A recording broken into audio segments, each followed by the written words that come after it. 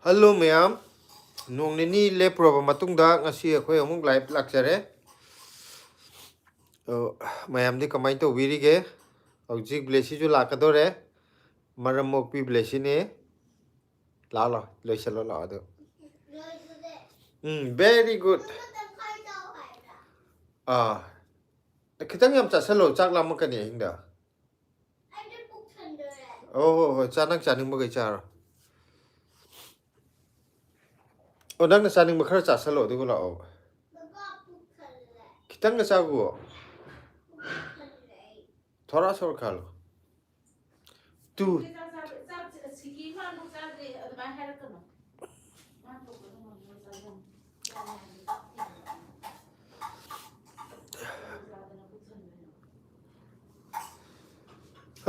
Mayam kari mathel chabi rage ngasi jibo. Blessy lakta baji live yam changak tre blessy chak sa chathoro live tawna na ba blessy yaudrdi mi yam lakte blessy yaudrdi nungaite haire live tawba thuna lao chak thuna chatho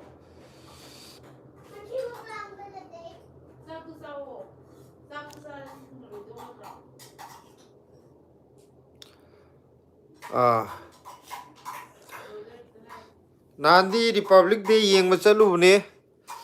aduga nonglai nungsit tawga nong mayam chudana Republic Day ju tangkhai da loisan gre Republic Day ki video ju kanam yengdre Bengali paba thokte si kari harino hai kari gina Bengali paba thokte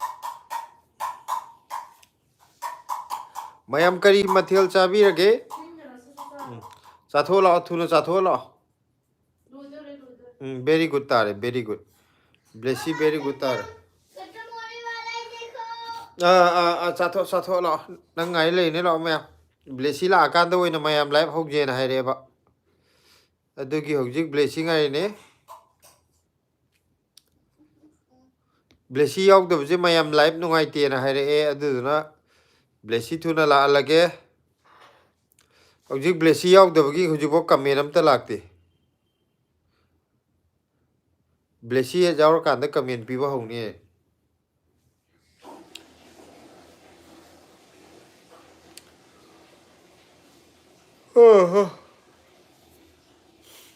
ing majdi mayam kamai to wirige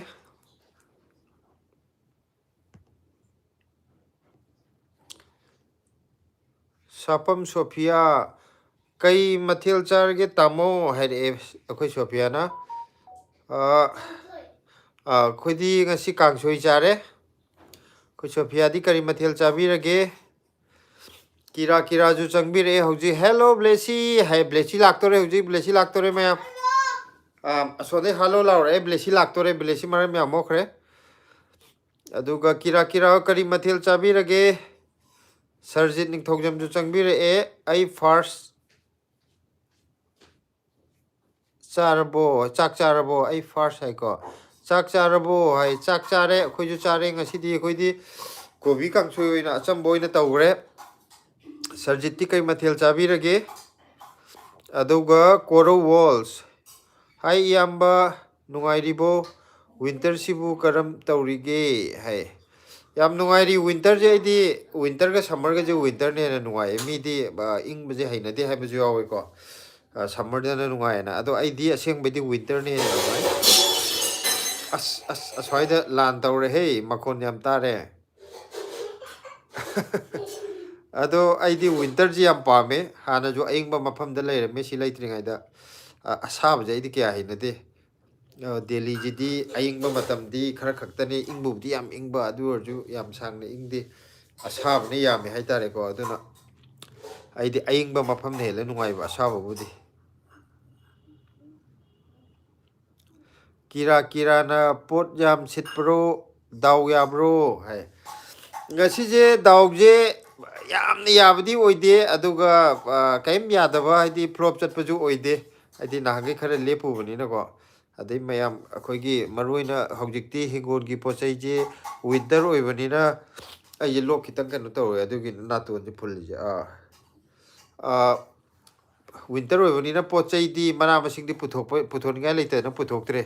ꯑꯗꯣ ꯑꯩꯈꯣꯏ ꯃꯌꯥꯝꯅ ꯄꯥꯝꯅꯔꯤꯁꯤꯅ ꯑꯩꯈꯣꯏꯒꯤ ꯃꯅꯥ ꯃꯁꯤꯡ ꯍꯤꯡꯒꯣꯜꯗ ꯊꯥꯕꯁꯦ ꯁꯤ ꯌꯥꯝ ꯄꯥꯝꯅꯕ ꯑꯗꯣ ꯍꯋꯥꯏꯖꯥꯔ ꯌꯣꯜꯂꯨꯏ ꯃꯌꯥꯝ ꯅꯨꯡꯉꯥꯏꯔꯛꯑꯦ ꯃꯤ ꯉꯥꯏꯗꯅꯒ ꯂꯩꯔꯝꯃꯦ ꯑꯩꯈꯣꯏꯗꯤ ꯑꯃꯨꯛ ꯂꯩꯔꯝꯃꯔꯣꯏꯅ ꯈꯟꯕꯅꯦ ꯀꯩꯅꯣ ꯇꯧꯔꯒ ꯍꯥꯏꯗꯤ ꯂꯦꯞꯄꯨꯔꯕꯅꯤꯅ ꯑꯗꯒꯤ ꯋꯤꯟꯇꯔ ꯑꯣꯏꯕꯒꯤ ꯏꯪꯕꯒ ꯃꯄꯥꯟ ꯊꯣꯛꯅꯤꯡꯗꯕꯒ ꯃꯤ ꯑꯃꯇ ꯂꯩꯔꯝꯃꯔꯣꯏ ꯉꯁꯤꯗꯤ ꯉꯥꯏꯍꯥꯛꯇꯤ ꯊꯣꯛꯎꯔꯁꯦ ꯑꯩꯈꯣꯏ ꯂꯥꯛꯀꯦ ꯍꯥꯏꯔꯕꯅꯦ ꯑꯗꯨꯒ ꯐꯠꯂꯧ ꯆꯪꯉꯁꯦ ꯍꯥꯏꯅꯕꯅꯦ ꯑꯗꯨꯒ ꯑꯩ ꯂꯦꯝꯃꯛꯑꯦ ꯍꯥꯏꯗ꯭ꯔꯤ ꯋꯥꯔꯤ ꯂꯣꯏꯗ꯭ꯔꯤ ꯍꯥꯏꯕ ꯌꯥꯝꯅ ꯂꯦꯝꯕ ꯃꯥꯟꯅ ꯉꯥꯡ ꯂꯩꯔꯦ ꯍꯥꯏꯕ ꯅꯪꯒꯤꯗꯣ ꯑꯗꯨꯗ ꯌꯣꯟꯗꯕꯤꯗ ꯑꯗꯨꯝ ꯐꯠ ꯆꯪꯉ ꯂꯣꯏꯔꯦ ꯃꯤ ꯂꯩꯇ꯭ꯔꯒꯅ ꯍꯥꯏ ꯑꯗꯨꯒ ꯀꯩꯅꯣ ꯇꯧꯔꯦ ꯃꯤ ꯉꯥꯏꯔ ꯂꯩꯔꯝꯃꯦ ꯌꯥꯝꯅ ꯍꯥꯏꯗꯤ ꯑꯩꯈꯣꯏꯅ ꯉꯁꯤꯁꯦ ꯑꯦꯛꯁꯄꯦꯛ ꯇꯧꯔꯨꯗꯕ ꯍꯥꯏꯇꯥꯔꯦ ꯃꯤꯁꯦ ꯂꯩꯔꯝꯃꯣꯏꯗ꯭ꯔꯅ ꯑꯗꯣ ꯉꯥꯏꯔꯒ ꯂꯩꯕꯤꯔꯝꯃꯦ ꯌꯥꯝ ꯅꯨꯡꯁꯤꯌꯦ ꯃꯌꯥꯝ ꯁꯥꯐꯝ ꯁꯣꯐꯤꯌꯥꯅ ꯏꯔꯣꯟꯕ ꯆꯥꯔꯦ ꯇꯥꯃꯣ ꯍꯥꯏ ꯋꯤꯟꯇꯔꯗꯗꯤ ꯏꯔꯣꯟꯕꯁꯦ ꯌꯥꯝ ꯍꯥꯎꯋꯤꯀꯣ ꯈꯪꯗꯦꯗ ꯋꯤꯟꯇꯔꯗꯗꯤ ꯍꯥꯎꯇꯕ ꯂꯩꯇꯦꯗ ꯏꯔꯣꯟꯕꯁꯨ ꯍꯥꯎꯋꯤ ꯀꯥꯡꯁꯣꯏꯁꯨ ꯍꯥꯎꯋꯤ ꯍꯪꯒꯥꯝ ꯊꯣꯡꯕꯁꯨ ꯍꯥꯎꯋꯤ ꯁꯥ ꯉꯥ ꯆꯥꯕꯁꯨ ꯁꯝꯃꯔꯗꯗꯤ ꯆꯥꯅꯤꯡꯗꯦ ꯋꯤꯟꯇꯔꯗꯗꯤ ꯂꯣꯏ ꯍꯥꯎꯋꯦ ꯀꯤꯔꯥꯅ ꯍꯪꯒꯥꯝ ꯆꯥꯔꯦ ꯍꯥꯏ ꯑꯗꯨꯅꯦ ꯍꯥꯎꯋꯤ ꯑꯩꯈꯣꯏ ꯁꯥꯐꯝ ꯁꯣꯐꯤꯌꯥꯅ ꯉꯁꯤꯗꯤ ꯉꯟꯕ ꯃꯥꯜꯂꯦ ꯂꯥꯏꯐꯁꯦ ꯍꯥꯏ ꯉꯁꯤꯁꯦ ꯈꯤꯇꯪ ꯉꯜꯂꯦꯀꯣ ꯍꯥꯏꯗꯤ ꯕ꯭ꯂꯦꯁꯤꯗꯤ ꯍꯧꯖꯤꯛ ꯆꯥꯛ ꯆꯥꯔꯤ ꯆꯥꯛ ꯆꯥꯕ ꯂꯣꯏꯗ꯭ꯔꯤ ꯑꯗꯩꯗ ꯃꯥꯏ ꯁꯨꯝ ꯃꯅꯥꯛ ꯐꯝꯗ ꯑꯩꯁꯦ ꯕꯣꯔꯤꯡ ꯆꯨꯔꯦꯅ ꯅꯣꯏ ꯆꯥꯛ ꯆꯥ ꯂꯣꯏꯊꯣꯔꯛꯑꯣ ꯑꯩ ꯂꯥꯏꯐ ꯁꯨꯝ ꯃꯇꯦꯛ ꯑꯃ ꯇꯧꯔꯝꯒꯦ ꯍꯧꯔꯝꯒꯦꯅ ꯑꯩꯅ ꯍꯥꯟꯅ ꯆꯪꯁꯤꯜꯂꯛꯑꯕꯅꯦ ꯕ꯭ꯂꯦꯁꯤꯗꯤ ꯆꯥꯛ ꯆꯥꯕ ꯂꯣꯏꯗ꯭ꯔꯤ ꯂꯣꯏꯈꯤꯗꯣꯔꯦ ꯂꯣꯏꯕꯕꯨꯗꯤ ꯑꯩꯅ ꯍꯥꯟꯅ ꯁꯨꯝ ꯍꯧꯖꯜꯂꯛꯑꯕ ꯉꯁꯤꯁꯦ very good very good very good ꯍꯣꯏ ꯍꯣꯏ ꯍꯣꯏ ꯍꯣꯏ ꯑꯗꯨꯒ ꯕꯤꯅꯥ ꯌꯨꯝꯅꯥꯝꯅ ꯍꯋꯥꯏꯖꯥꯔ ꯀꯌꯥꯝ ꯁꯤꯠꯂꯒꯦ ꯍꯥꯏ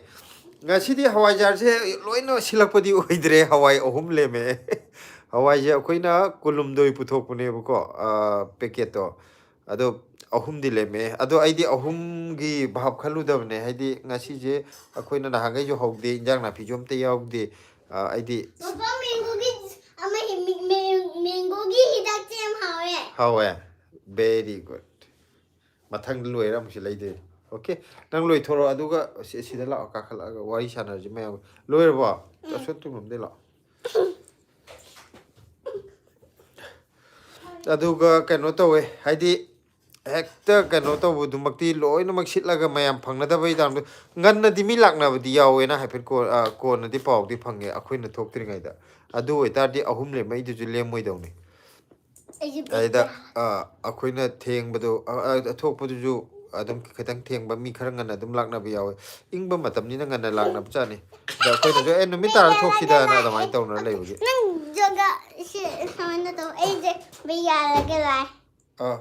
ꯕ꯭ꯂꯦꯁꯤꯁꯦ ꯕꯦꯒ ꯌꯥꯜꯂꯒ ꯂꯥꯛꯑꯦ ꯑꯩ ꯎꯠꯂꯛꯀꯅꯣ ꯃꯥ ꯍꯥꯟꯅ ꯑꯝꯇ ꯐꯨꯜꯗ ꯎꯠꯂꯣꯏꯌꯦ ꯑꯧ ꯌꯥꯔꯕꯣ ꯍꯧꯖꯤꯛꯇꯤ ꯃꯌꯥꯝ ꯕ꯭ꯂꯦꯁꯤꯒꯤ ꯕꯦꯒꯁꯦ ꯐꯖꯕ꯭ꯔꯥ ꯌꯦꯡꯉꯣ ꯃꯃꯥꯒꯤ ꯕꯦꯒ ꯌꯥꯜꯂꯤꯅꯦ ꯃꯃꯥꯒꯤ ꯕꯦꯒ ꯌꯥꯜꯂꯤꯔꯣ ꯑꯩꯗꯤ ꯕ꯭ꯂꯦꯁꯤꯒꯤ ꯕꯦꯒ ꯑꯣꯏꯕꯣꯏ ꯅꯤꯡꯉꯨꯔꯦ ꯑꯩꯁꯨ ꯁꯦꯌꯔ ꯇꯧꯅꯩꯅꯦ ꯁꯤꯌꯔ ꯇꯧꯅꯩꯅꯦ ꯁꯤ ꯕꯦꯒ ꯑꯗꯨꯒ ꯌꯥꯝ ꯄꯥꯝꯖꯩꯌꯦ ꯃꯃꯥ ꯁꯣꯔꯥꯝ ꯔꯦꯁꯃꯤ ꯍꯥꯏꯕꯀꯣ ꯗꯦꯜꯂꯤ ꯀꯥꯏꯋꯥꯏꯗ ꯂꯩꯒꯦ ꯗꯗꯥ ꯍꯣꯏꯁꯦ ꯍꯥꯏ ꯑꯩꯈꯣꯏꯁꯦ ꯗꯦꯜꯂꯤ ꯑꯥꯏ ꯑꯦꯟ ꯑꯦ ꯃꯥꯔꯀꯦꯠ ꯂꯩꯕꯗꯣ ꯑꯥꯏ ꯑꯦꯟ ꯑꯦ ꯃꯥꯔꯀꯦꯠꯀꯤ ꯍꯦꯠ ꯑꯣꯄꯣꯖꯤꯠꯇꯅꯦ ꯑꯩꯈꯣꯏ ꯂꯩꯖꯦ ꯗꯦꯜꯂꯤ ꯍꯥꯠ ꯃꯅꯥꯛꯇ ꯀꯩꯅꯣꯁꯤꯅ ꯑꯩꯈꯣꯏ ꯁꯣꯔꯥꯏꯁꯝ ꯔꯦꯁꯃꯤꯁꯤꯅ ꯀꯩ ꯂꯝꯗ ꯂꯩꯕ ꯑꯣꯏꯕꯤꯔꯕꯅꯣ ꯗꯦꯜꯂꯤ ꯑꯣꯏꯔꯒꯗꯤ ꯗꯦꯜꯂꯤ ꯀꯥꯏꯋꯥꯏꯗ ꯂꯩꯕ ꯑꯣꯏꯕꯤꯕꯅꯣ ꯕꯤ ꯑꯥꯔ ꯃꯦꯗꯤꯌꯥ ꯂꯥꯏꯐ ꯍꯥꯏꯕꯅꯤꯀꯣ ꯍꯥꯏ ꯍꯥꯏ ꯍꯜꯂꯣ ꯀꯤꯔꯥꯅ ꯄꯣꯠ ꯌꯥꯝ ꯁꯤꯠꯄꯁꯤ ꯌꯦꯡꯕ ꯅꯨꯡꯉꯥꯏꯌꯦ ꯚꯤꯗꯤꯑꯣꯗ ꯍꯥꯏ ꯑꯗꯨꯅꯦ ꯚꯤꯗꯤꯑꯣꯗꯁꯨ ꯃꯌꯥꯝ ꯌꯦꯡꯕ ꯅꯨꯡꯉꯥꯏꯔꯝꯒꯅꯤꯀꯣ ꯑꯗꯣ ꯑꯩꯈꯣꯏꯗꯁꯨ ꯋꯥꯈꯜꯁꯦ ꯅꯨꯡꯉꯥꯏ ꯃꯤꯒ ꯂꯩꯔꯝꯃꯗꯤ ꯍꯥꯏꯗꯤ ꯆꯠꯂꯀꯥꯟꯗ ꯃꯤꯒ ꯑꯃꯐꯥꯎ ꯂꯩꯇ꯭ꯔꯒ ꯉꯥꯏꯔꯒ ꯑꯗꯨꯝ ꯂꯩꯔꯒ ꯑꯃ ꯑꯅꯤ ꯈꯛꯇ ꯌꯣꯟꯕꯗꯨꯗꯤ ꯅꯨꯡꯉꯥꯏꯇꯦꯕ ꯑꯗꯣ ꯉꯁꯤꯁꯤꯅ ꯀꯥꯈꯠꯄꯗ ꯀꯃꯥꯏꯅ ꯇꯧꯏ ꯈꯪꯕ꯭ꯔꯥ ꯑꯩꯈꯣꯏꯒꯤ ꯃꯦꯇ꯭ꯔꯣ ꯃꯅꯨꯡ ꯑꯩꯈꯣꯏꯁꯦ ꯃꯦꯇ꯭ꯔꯣ ꯐꯥꯎꯗꯣꯛꯑꯒ ꯁꯣꯔꯣꯛꯁꯦ ꯃꯦꯇ꯭ꯔꯣꯗꯨꯗꯩ ꯂꯥꯟꯊꯣꯛꯄꯗꯣ ꯃꯈꯥꯁꯤꯗꯒꯤ ꯀꯥꯈꯠꯂꯛꯄꯁꯦ ꯑꯩꯈꯣꯏꯅ ꯃꯃꯥꯡꯗ ꯑꯩꯈꯣꯏꯒꯤ ꯐꯝꯐꯝꯗꯨ ꯌꯧꯔꯝꯗꯥꯏꯗ ꯍꯦꯛ ꯏꯁꯀꯦꯂꯦꯇꯔ ꯑꯝꯗ ꯇꯣꯡꯉ ꯀꯥꯈꯠꯂꯤꯗꯅ ꯑꯗꯨꯒꯤ ꯏꯁꯀꯦꯂꯦꯇꯔꯗꯣ ꯉꯁꯤ ꯆꯠꯂꯝꯗꯕ ꯂꯦꯞꯄ ꯂꯩꯕ ꯑꯗ ꯄꯣꯠꯁꯨ ꯌꯥꯎꯋꯦ ꯑꯉꯥꯡꯁꯨ ꯌꯥꯎꯋꯦ ꯑꯗꯨꯗꯨꯅ ꯀꯩꯅꯣ ꯇꯧꯋꯦ ꯁꯤꯗꯣ ꯁꯥꯡꯕꯅꯤꯅ ꯀꯥꯈꯠꯄꯗꯣ ꯋꯥꯔꯅꯤꯅ ꯑꯩꯈꯣꯏꯅ ꯂꯤꯞꯇ ꯑꯣꯏꯅ ꯀꯥꯈꯠꯂꯕ ada mayamna skeleton manakta ngai chani sonde he phawle he akoina asonda mayamna ngai ribugi amaning da lip ta tonga ka khalak pu di aham da mu leiram da akoina mi leiram dre ama khaktang hana thengne as ama bokti leirame atai muk leiram dra jo na hai aduga asona kan da loi leho ne hare aduga atai mi gai da lakwi yam nungai da mai to haidi nungsi da lakwi ingba matam da idi am ta ga la oidran kan bane ngasi silai bani je ayu thaja de da silaju thaja de da amo akoi gap su lei re da na phanayam na gap leiram ni na adum kaino to wa hadi video je yeng ba ju yawi yeng dab ju yawi aduna paw je sum toina to ga di emo jo yon be thok pune na dum yeng na be aduna traga di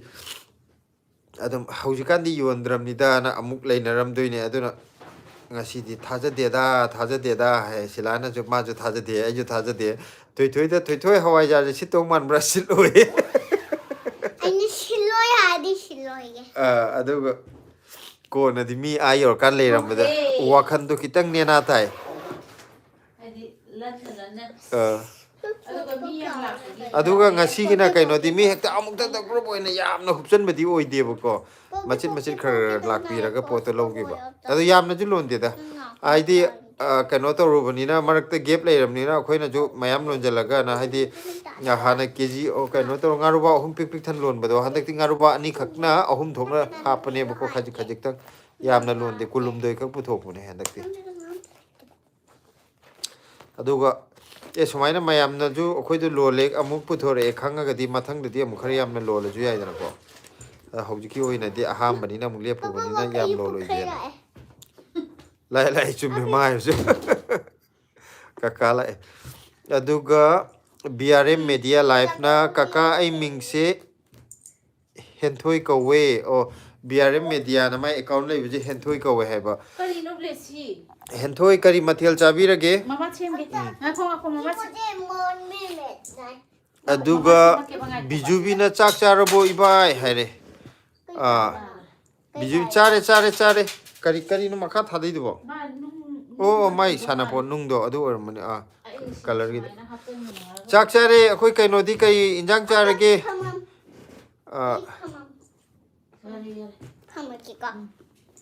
Vidyananda hai bor mane mai ming do akhoi angang isen Vidyananda kari injang charabo wakhal gi pukai prem na thoi haire kakana thoi ko re Kaya kaka. kaka di kai injang chare am ta hangro Adu ayo. adega law medona hobam na hai kaka udaba kuire hai ne akhoi je handak numit kharni mukle pure ko live nini humni thaba khara pharak ta na baga adu kaino di medona di kari mathel charage ngasi soram resmi na aidi delhi da rajori garden da laiye aishu pot jam thaninge haite hekta siye adu haitra kanda hangake tawne kashu kaide hango thaning ba haide sidaida delhi da chana ba thaba ya ba poti loi thara loi re ko akoi gi yum lom da gi porak padu kano to we sida yam tang na jo phange haidi adagi thapna porak panina adagi phana adagi fresh oi poraga ju sida di khudak ta kano hekpa ga di dum khenai ko isagi thajara chawa jina di yam mahau hen banina dum thaba ya ba thajan je khoi leiba mayam jaga sunglai leitabaduna leigidre kitang terrace oina phangaju corridor oina phangaju gamla amani dang or ju sum thajaladi ko akhoi gi yumlom gi kano je mana masing je wakhan ju yam nungai bane aduna thajan je anytime leitaba matam da dum kano to wa haidi pot si mahogande natraga chara pamba khoi de leib leitaba dum loi hango wari dum sana je aduga paw phawna loi re ko hujikke henthoi hebdo BRM media henthoi hagimni ko mai ming do nga ga iromba ga sare haine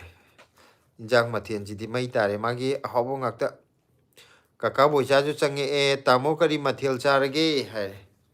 akhoi ji ngasi kano tawre acham boin tawre thau da handak numit kharni je thau ja roi bita ga chare ko thau ja idi hana hakchang khara ju bera yada ba leibni na acham ba cha je ngasi di kangsoi cha thare koi ꯑꯗꯣ ꯑꯩꯈꯣꯏ ꯏꯅꯥꯎ ꯕꯣꯏꯆꯥꯗꯤ ꯀꯔꯤ ꯃꯊꯦꯜ ꯆꯥꯕꯤꯔꯒꯦ ꯉꯁꯤꯁꯦ ꯕꯤꯗ꯭ꯌꯥꯅꯟꯗꯒꯤ ꯃꯈꯥꯗ ꯉꯁꯤꯗꯤ ꯁꯟ ꯑꯣꯏꯅ ꯆꯥꯔꯦ ꯏꯕꯥꯏ ꯍꯣꯏꯒꯤꯗꯤ ꯀꯔꯤ ꯃꯊꯦꯜ ꯇꯧꯔꯒꯦ ꯑꯩꯈꯣꯏꯗꯤ ꯀꯥꯡꯁꯣꯏ ꯇꯧꯔꯦ ꯕꯤꯗ꯭ꯌꯥꯅꯟꯗ ꯑꯗꯣ ꯕꯤꯗ꯭ꯌꯥꯅꯟꯗꯒꯤꯗꯤ ꯉꯁꯤ ꯀꯩꯅꯣ ꯋꯤꯟꯇꯔꯒꯤ ꯑꯍꯥꯎꯕ ꯃꯊꯦꯜ ꯑꯃ ꯆꯥꯊꯔꯦ ꯃꯥꯏꯗꯤ ꯁꯦ Hello ma'am. ꯃꯥꯁꯨ ꯌꯥꯎꯍꯜꯂꯛꯑꯒꯦ ꯉꯁꯥꯏꯒꯤ ꯑꯩꯅ Yari ꯍꯧꯔꯝꯕꯅꯦ yari. ꯌꯥꯔꯦꯀꯣ ꯑꯩ ꯀꯃꯦꯟꯁꯤ ꯁꯤꯗ ꯑꯗꯨꯝ ꯄꯥꯊꯔꯛꯑꯒꯦ ꯍꯣꯏ ꯑꯗꯨꯗꯤ ꯅꯛꯁꯟꯗꯅꯕ ꯃꯌꯥꯝ ꯑꯩꯈꯣꯏꯒꯤꯗꯤ ꯀꯣꯕꯤ ꯆꯝꯊꯣꯡ ꯑꯣꯏꯅ ꯆꯥꯔꯦ ꯑꯗꯨ ꯉꯥ ꯊꯣꯡꯕ ꯈꯤꯇꯪ ꯑꯃ ꯂꯩꯌꯦ ꯉꯥꯔꯦꯟ ꯌꯥꯝꯗꯦꯗ ꯑꯩꯗꯤ ꯃꯇꯨꯝ ꯑꯃꯅꯤ ꯇꯧꯔꯒ ꯑꯗꯨꯃꯥꯏꯅ ꯇꯧꯔ ꯆꯥꯔꯦ ꯂꯩꯁꯤ ꯉꯁꯤꯗꯤ ꯋꯥꯈꯜꯒꯤ ꯄꯨꯀꯩꯅꯅꯦ ꯀꯀꯥꯅꯅꯦ ꯄꯣꯠ ꯌꯣꯟꯕ ꯆꯠꯄꯗꯣ ꯅꯨꯡꯉꯥꯏꯕ꯭ꯔꯣ ꯍꯪꯉꯤ ꯁꯥꯐꯝ ꯁꯣꯐꯤꯌꯥꯅ ꯕ꯭ꯂꯦꯁꯤꯒꯤ ꯕꯦꯒꯇꯨ ꯌꯥꯝ ꯐꯖꯩꯌꯦ ꯑꯟꯇꯤ ꯂꯧꯖꯔꯒꯦ ꯍꯥꯏ ꯂꯧꯖꯒꯅꯨ ꯂꯧꯖꯒꯅꯨ ꯂꯧꯖꯒꯅꯨ ꯍꯥꯏꯔꯛꯑꯦ ꯑꯗꯣ ꯋꯥꯏꯕꯗꯤ ꯌꯥꯕ ꯅꯠꯇ꯭ꯔꯣ ꯋꯥꯏꯗꯦꯗ ꯁꯤꯌꯔ ꯇꯧꯅꯕ ꯌꯥꯕ꯭ꯔꯥ ꯑꯦ ꯌꯥꯗꯦ ꯌꯥꯗꯦ ꯑꯦ ꯅꯪ ꯃꯃꯥꯒꯗꯤ ꯁꯤꯌꯔ ꯇꯧꯅꯩ ꯕꯦꯠ ꯐꯥꯀꯅꯣ ꯌꯥꯝ ꯊꯨꯅ ꯍꯥꯞꯆꯜꯂꯣ ꯑꯗꯨꯒ ꯑꯩꯈꯣꯏꯒꯤ ꯑꯉꯥꯡꯅ ꯃꯃꯥꯒꯤ ꯕꯦꯒ ꯐꯥꯛꯄ ꯋꯥꯈꯜꯒꯤ ꯌꯥꯗꯦ ꯄꯨꯀꯩꯅ ꯁꯦ ꯀꯀꯥꯒꯤ ꯃꯦꯁꯦꯖ ꯂꯥꯛꯏꯁꯦ ꯀꯀꯥꯏ ꯃꯦꯁꯦꯖ ꯉꯁꯤ ꯄꯣꯠ ꯌꯣꯟꯕ ꯆꯠꯄ ꯅꯨꯡꯉꯥꯏꯕ꯭ꯔꯣ ꯃꯇꯟ ꯆꯥꯏꯌꯦ ꯀꯀꯥꯁꯨ ꯉꯁꯤ ꯏꯟꯖꯥꯡ ꯑꯍꯧꯕ ꯆꯥꯊꯈ꯭ꯔꯦ ꯄꯣꯠ ꯌꯣꯟꯕ ꯅꯨꯡꯉꯥꯏ ꯍꯥꯏꯗꯤ ꯀꯩꯅꯣ ꯇꯧꯔꯨꯔꯕꯅꯤ나 ꯀꯨꯏꯅ ꯒꯦꯞ ꯂꯩꯔꯕꯅꯤꯅ ꯑꯗꯨ ꯌꯥꯝ ꯀꯨꯏꯅꯗꯤ ꯂꯩꯔꯝꯗ꯭ꯔꯦ ꯉꯥꯏꯍꯥꯛ ꯊꯣꯛꯑꯒ ꯍꯥꯏꯗꯤ ꯏꯪꯁꯤꯜꯂꯛꯄꯗꯨꯗ ꯍꯟꯗꯛꯁꯦ ꯍꯛꯆꯥꯡ ꯈꯤꯇꯪ ꯀꯩꯅꯣ ꯇꯧꯔꯛꯀꯅꯤ ꯑꯃꯨꯛ ꯅꯥꯔꯛꯀꯗ꯭ꯔꯅ ꯊꯨꯅ ꯆꯪꯉꯦ ꯃꯤ ꯀꯣꯟꯅ ꯂꯥꯛꯑꯝꯕ꯭ꯔꯥ ꯈꯣꯠꯂꯝꯕ꯭ꯔꯥꯅ ꯍꯪꯅꯔꯛꯄ ꯌꯥꯎꯋꯦ ꯀꯩꯅꯣ ꯅꯥꯔꯛꯀꯗ꯭ꯔꯥ ꯇꯧꯔꯒ ꯅꯠꯇꯦ ꯃꯥꯗꯤ ꯅꯥꯔꯛꯇꯧꯔꯕ ꯀꯩꯅꯣꯝ ꯇꯧꯔꯦ ꯇꯥꯏꯃꯤꯡ ꯆꯥꯟꯅꯗꯕꯒꯤ ꯅꯥꯔꯛꯀꯅꯣ ꯁ꯭ꯇꯤꯝ ꯂꯧꯊꯣꯛꯑꯒꯗꯤ ꯁꯠ ꯂꯥꯎ ꯀꯃꯗꯤ ꯐꯈꯤꯗꯧꯅꯤ ꯄꯤꯌꯣꯅꯥꯏꯅ ꯑꯌꯣ ꯁꯝꯁꯤꯡꯉꯦ Simon Thai, do you know Nepali? Nepali no? ꯀꯃꯥꯏ ꯅꯦꯄꯥꯂꯤ ꯃꯥꯜꯂꯤꯖꯥꯠꯅꯣ ꯑꯩꯈꯣꯏꯁꯦ ꯈꯪꯕ꯭ꯔꯥ ꯍꯥꯏꯕꯅꯤ ꯅꯦꯄꯥꯂꯤ ꯃꯔꯣꯟ